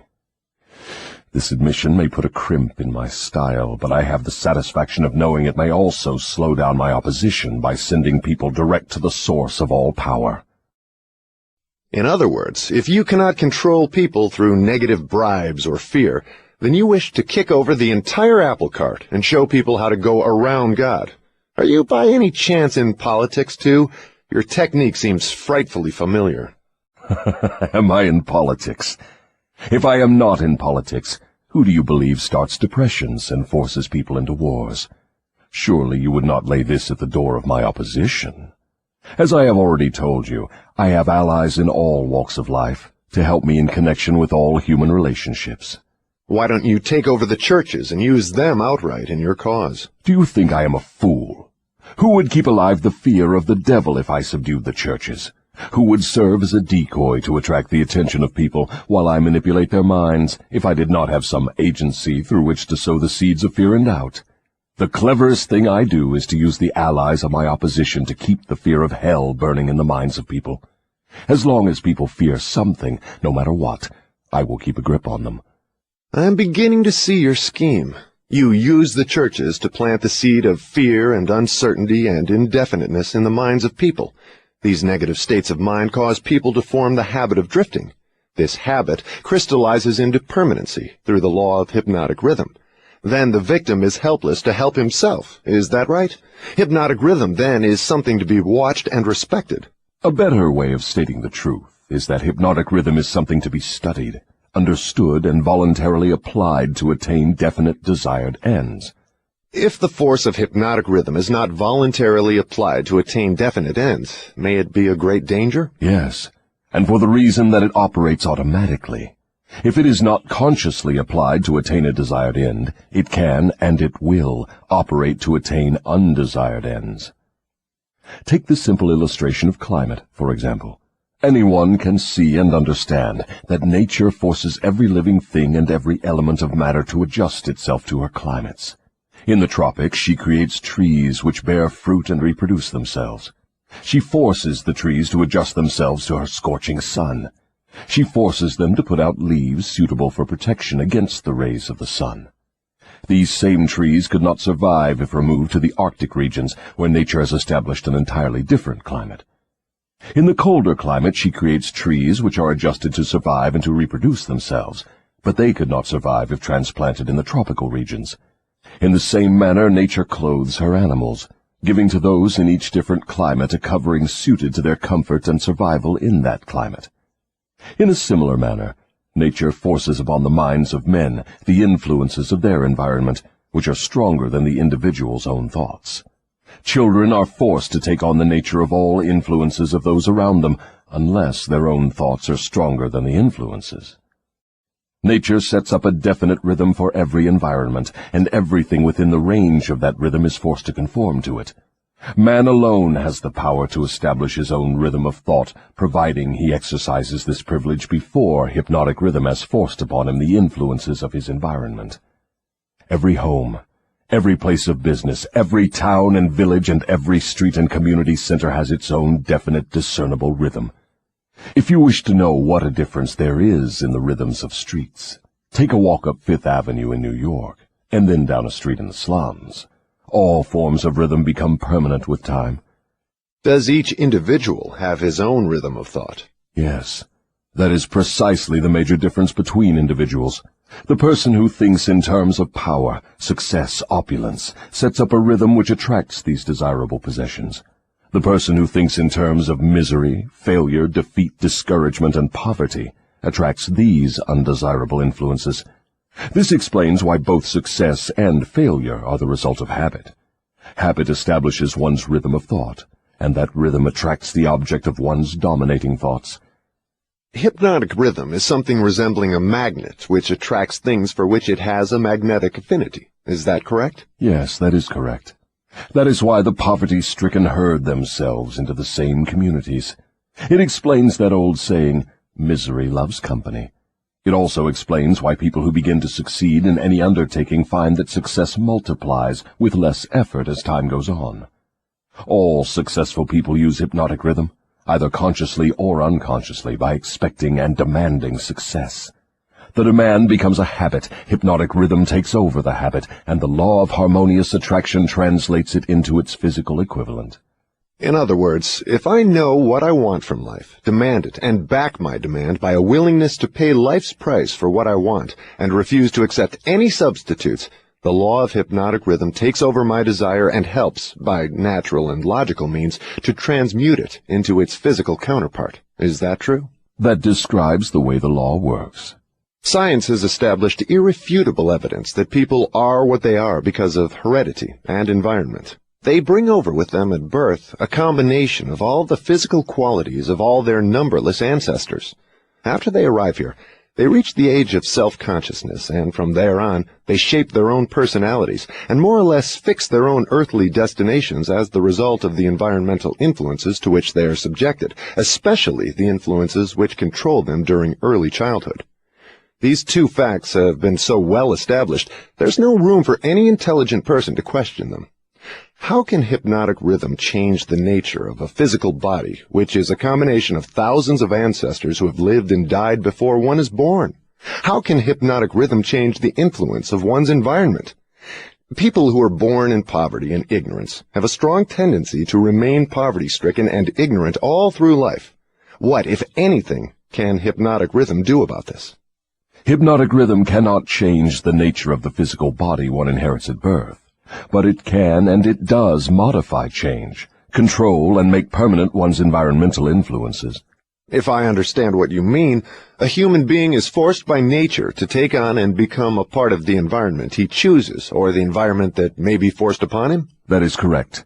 But there are ways and means by which an individual may resist the influences of an environment he does not wish to accept, and also a method of procedure by which one may reverse the application of hypnotic rhythm from negative to positive ends. Do you mean that there is a definite method by which hypnotic rhythm can be made to serve instead of destroy one? I mean just that. Tell me how this astounding end may be attained. For my description to be of any practical value, it will be necessarily lengthy, because it will have to cover 7 principles of psychology, which must be understood and applied by all who use hypnotic rhythm to aid them in forcing life to yield that which they want. Then break your description into 7 parts, each giving a detailed analysis of one of the 7 principles with simple instructions for its practical application. Your Majesty will now proceed to unfold the secrets of the 7 principles through which human beings may force life to provide them with spiritual, mental, and physical freedom. Do not be sparing in your description of these principles. I want a complete illustration of how the principles may be used by anyone who chooses to use them. Tell us all you know about the principle of definiteness of purpose. If you go through with this mad idea of publishing my confession, you will open the gates of hell and turn loose all the precious souls I have collected back down through the ages. You will deprive me of souls yet unborn. You will release from my bondage millions now living. Stop, I beg of you. Open up. Let's hear what you have to say about the principle of definiteness of purpose. You are pouring water on the fires of hell, but the responsibility is yours, not mine. I may as well tell you that any human being who can be definite in his aims and plans can make life hand over whatever is wanted. That is a broad claim, Your Majesty. Do you wish to tone it down a bit? Tone it down? No, I wish to tone it up. When you hear what I now have to say, you will understand why the principle of definiteness is so important. My opposition uses a clever little trick to cheat me of my control over people. The opposition knows that definiteness of purpose closes the door of one's mind so tightly against me that I cannot break through unless I can induce one to form the habit of drifting. Why doesn't your opposition give your secret to all people by telling them to avoid you through definiteness of purpose? You have already admitted that 2 out of every 100 people belong to your opposition. Because I am more clever than my opposition. I draw people away from definiteness with my promises. You see, I control more people than my opposition because I am a better salesman and a better showman. I attract people by feeding them liberally of the thought habits in which they like to indulge. Is definiteness of purpose something with which one must be born, or may it be acquired?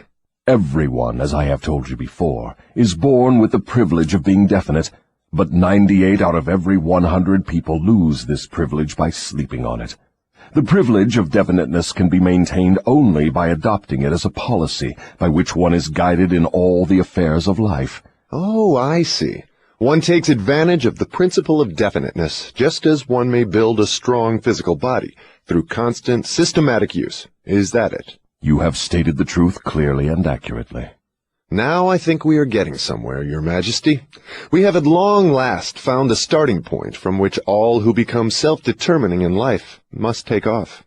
We have discovered from your astounding confession that your greatest asset is man's lack of caution, which enables you to lead him into the jungle of indefiniteness through simple bribes. We have learned, beyond the question of doubt, that anyone who adopts definiteness of purpose as a policy and uses it in all of his daily experiences cannot be induced to form the habit of drifting. Without the aid of the drifting habit, you are powerless to attract people through promises. Is this correct? I couldn't have stated the truth more clearly myself. Go ahead now and describe how people neglect their privilege of being free and self-determining through indefiniteness and drifting. I have already made brief reference to this principle, but I will now go into more minute details as to how the principle works. I shall have to begin at the time of birth. When a child is born, it brings with it nothing but a physical body representing the evolutionary results of millions of years of ancestry. Its mind is a total blank. When the child reaches the age of consciousness and begins to recognize the objects of its surroundings, it begins also to imitate others. Imitation becomes a fixed habit. Naturally, the child imitates, first of all, its parents. Then it begins to imitate its other relatives and daily associates, including its religious instructors and school teachers. The imitation extends not merely to physical expression, but also to thought expression.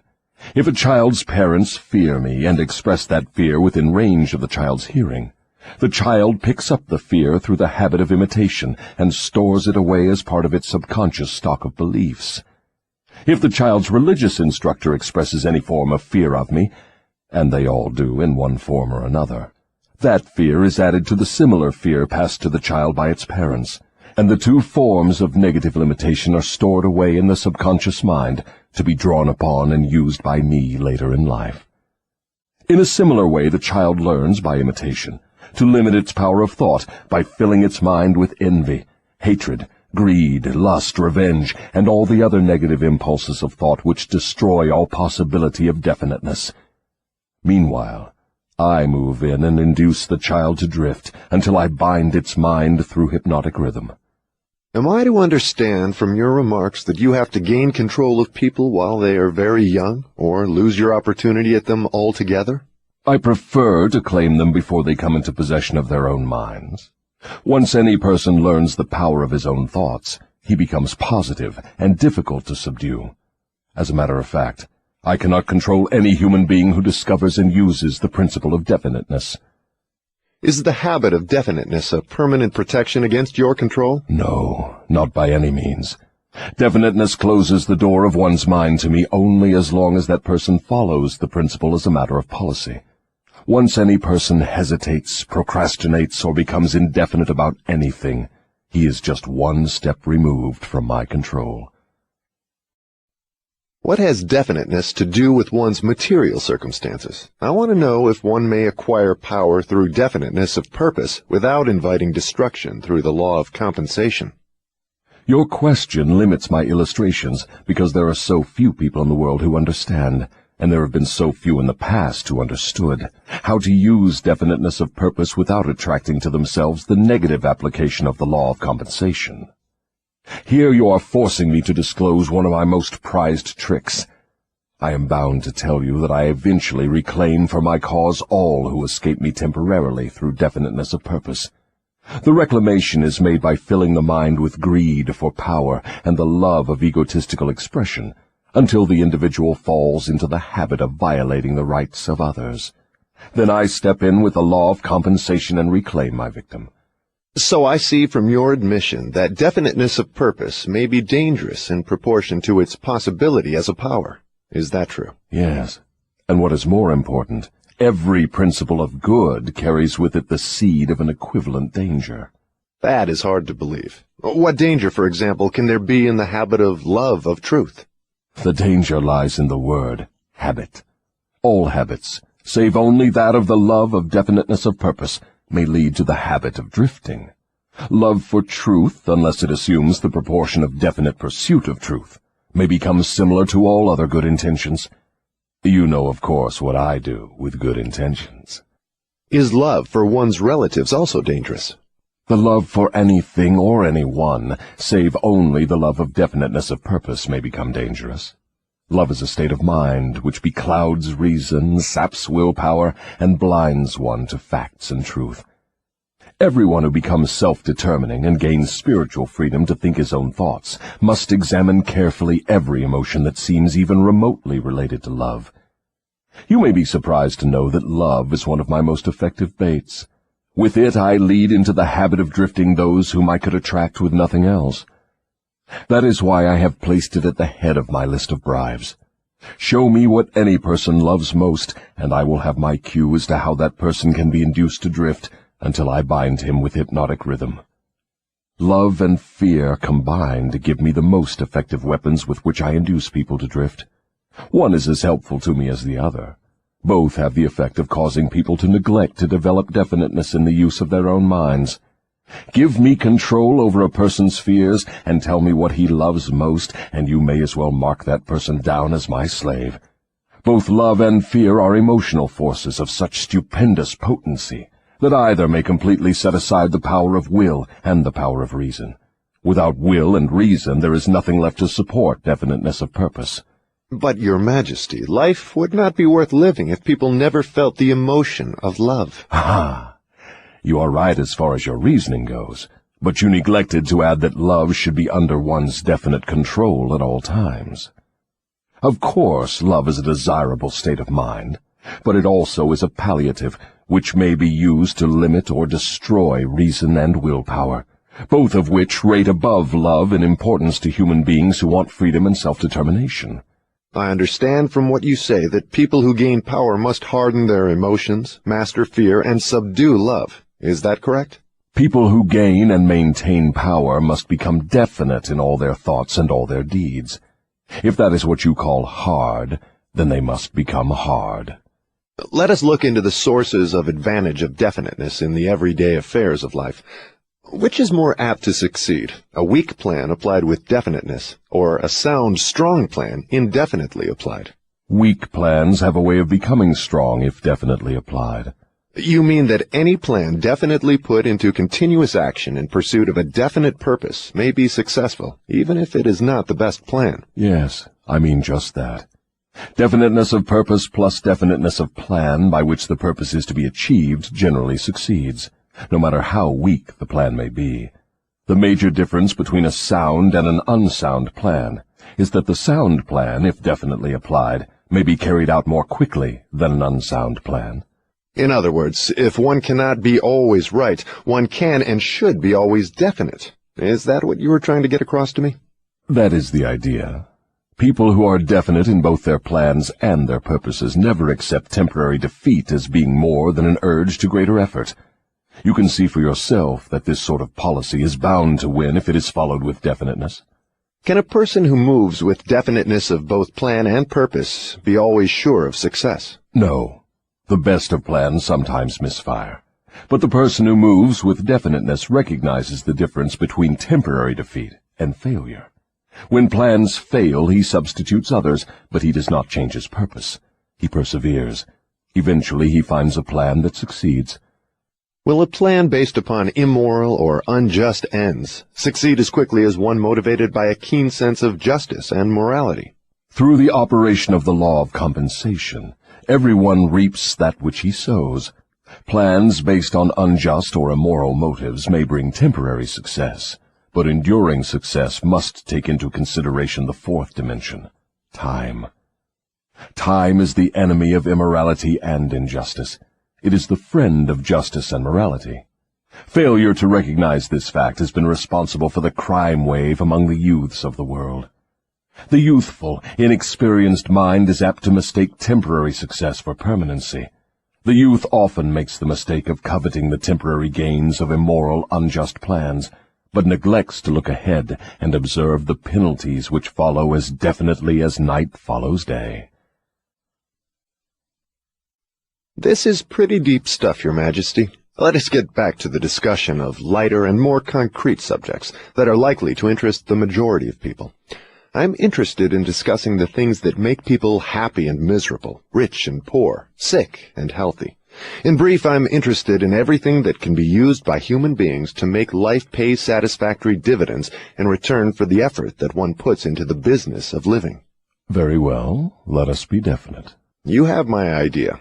Your Majesty has a tendency to stray off into abstract details which most people can neither understand nor use in the solution of their problems. Could that, by any chance, be a definite plan of yours to answer my questions with indefinite answers? If that is your plan, it is a slick trick, but it will not work. Go ahead now, and tell me something more of the miseries and failures of human beings growing directly out of indefiniteness. Why not permit me to tell you more of the pleasures and successes of people who understand and apply the principle of definiteness? I observe that sometimes people with definiteness of plan and purpose get what they ask from life, only to find after they get it that they do not want it. What then? Generally, one can get rid of whatever is not wanted by application of the same principle of definiteness with which the thing was acquired.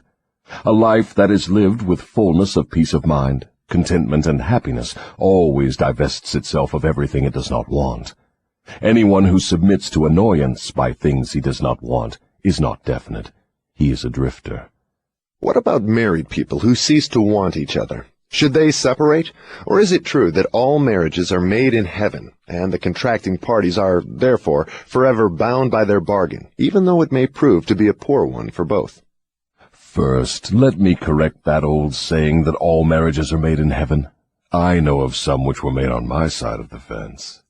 Minds which do not harmonize should never be forced to remain together in marriage or any other relationship.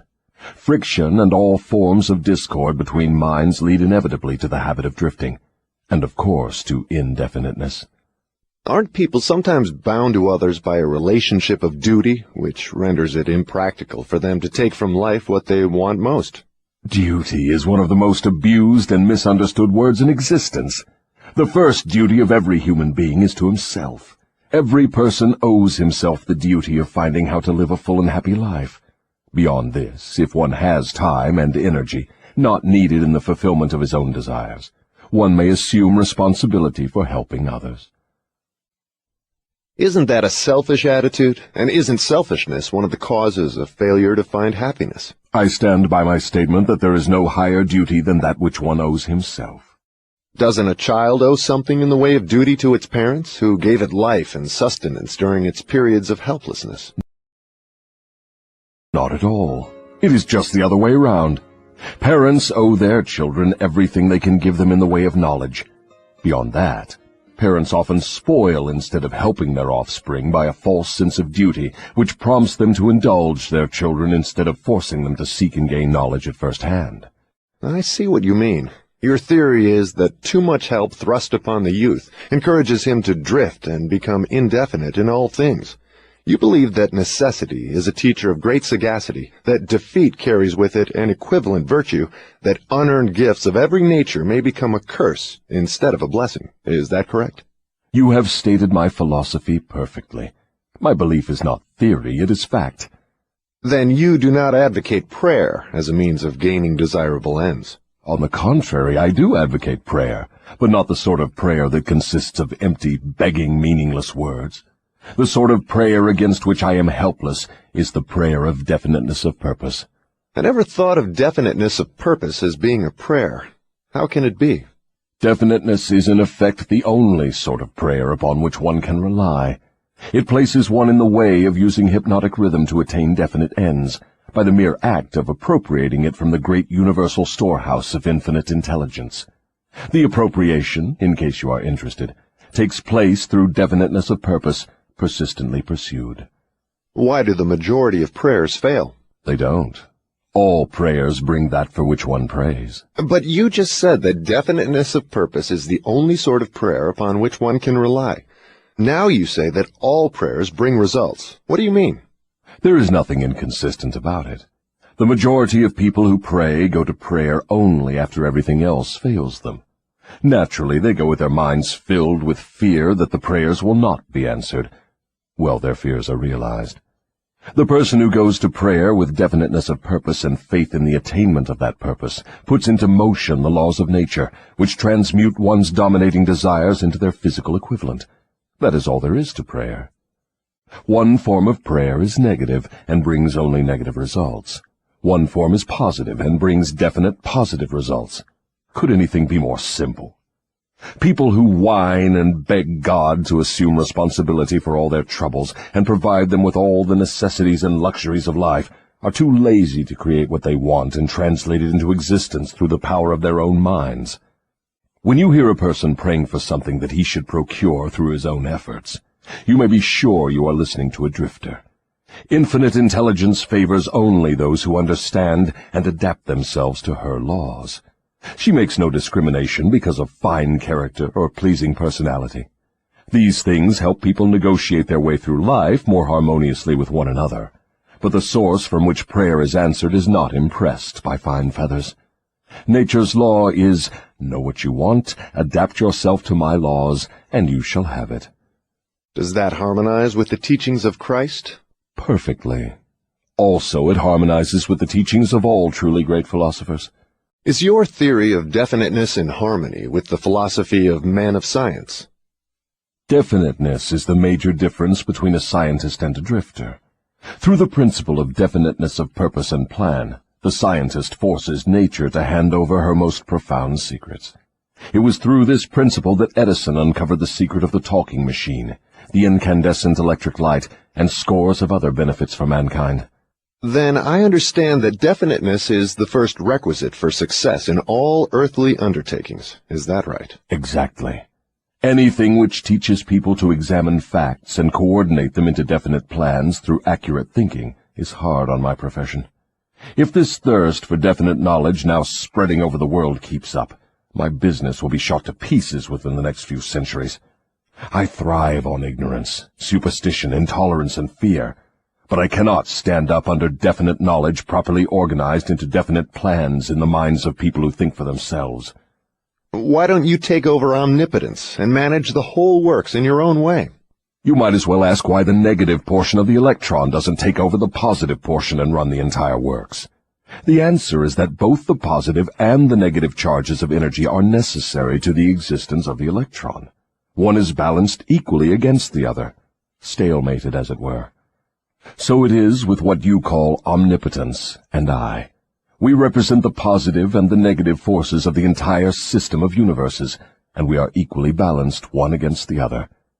If this power of balance were shifted the slightest degree, the whole system of universes would become quickly reduced to a mass of inert matter.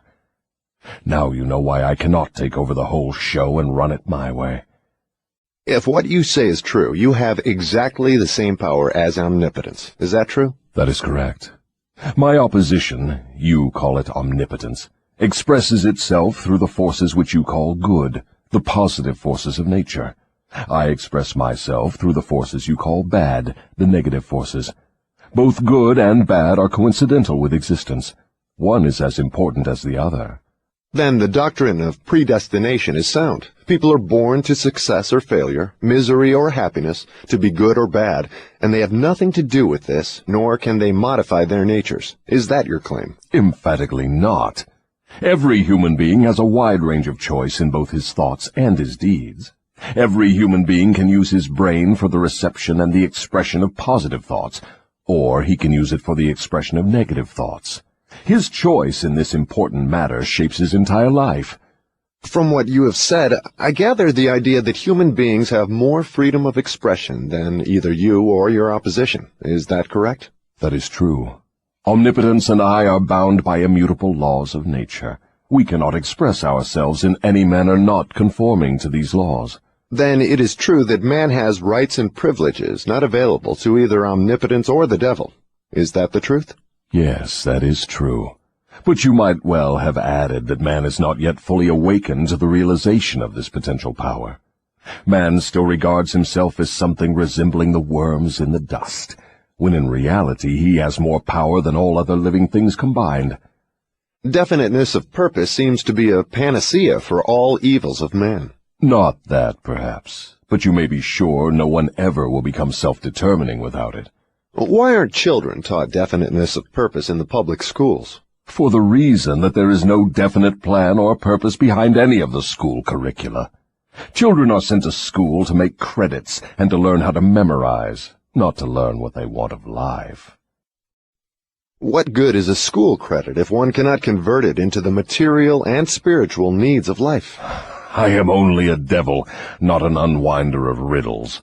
I deduce from all you say that neither the schools nor the churches prepare the youths of the world with a practical working knowledge of their own minds.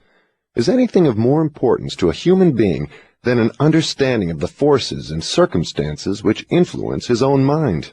The only thing of enduring value to any human being is a working knowledge of his own mind. The churches do not permit a person to inquire into the possibilities of his own mind, and the schools do not recognize that such a thing as a mind exists. Aren't you a little hard on the schools and the churches? No, I am merely describing them as they are, without bias or prejudice. Aren't the schools and the churches your bitter enemies? Their leaders may think they are, but I am impressed only by facts. The truth is this, if you must know it. The churches are my most helpful allies, and the schools run the churches a close second. On what specific or general grounds do you make this claim? On the grounds that both the churches and the schools help me to convert people to the habit of drifting. Do you realize that your charge is substantially a sweeping indictment of the two institutions of major importance which have been responsible for civilization in its present form? Do I realize it? Man alive, I gloat over it. If the schools and churches had taught people how to think for themselves, where would I be now? This confession of yours will disillusion millions of people whose only hope for salvation is in their churches. Isn't that a cruel thing to do to them?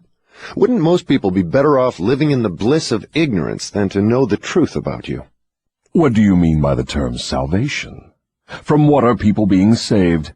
The only form of enduring salvation that is worth a green fig to any human being is that which comes from recognition of the power of his own mind. Ignorance and fear are the only enemies from which men need salvation. You seem to hold nothing sacred. You are wrong. I hold sacred the one thing which is my master, the one thing I fear. What is that? The power of independent thought backed by definiteness of purpose. Then you do not have many people to fear. Only 2 out of every 100, to be exact. I control all others.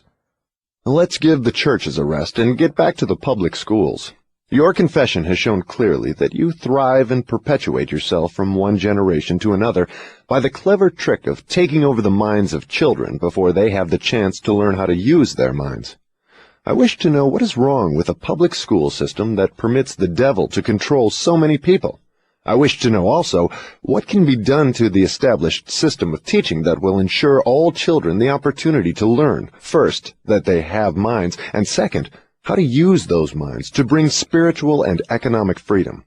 I am putting the question to you definitely enough, and since you have stressed the importance of definiteness of purpose, I am here and now putting you on notice that your answer to my question must be definite. Wait a moment while I catch my breath.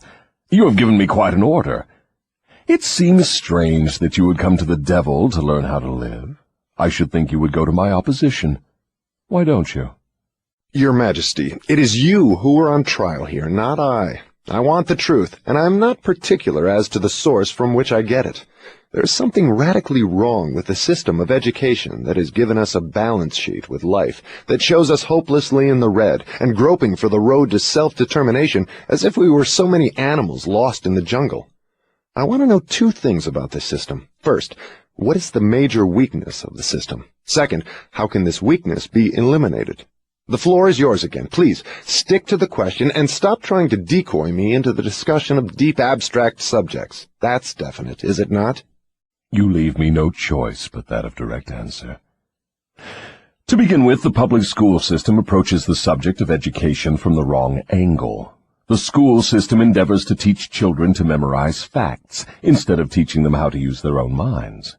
Is that all that is wrong with the system? Oh no, that is only the beginning. Another major weakness of the school system is that it does not establish in the minds of children either the importance of definiteness of purpose, or make any attempt to teach youths how to be definite about anything.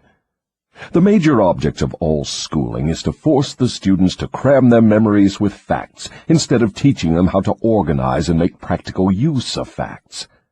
This cramming system centers the attention of students on the accumulation of credits, but overlooks the important question of how to use knowledge in the practical affairs of life. This system turns out graduates whose names are inscribed upon parchment certificates, but whose minds are empty of self-determination. The school system got off to a bad start at the beginning. The schools began as institutions of higher learning, operated entirely for the select few whose wealth and family entitled them to education. Thus, the entire school system was evolved by beginning at the top and working back down to the bottom.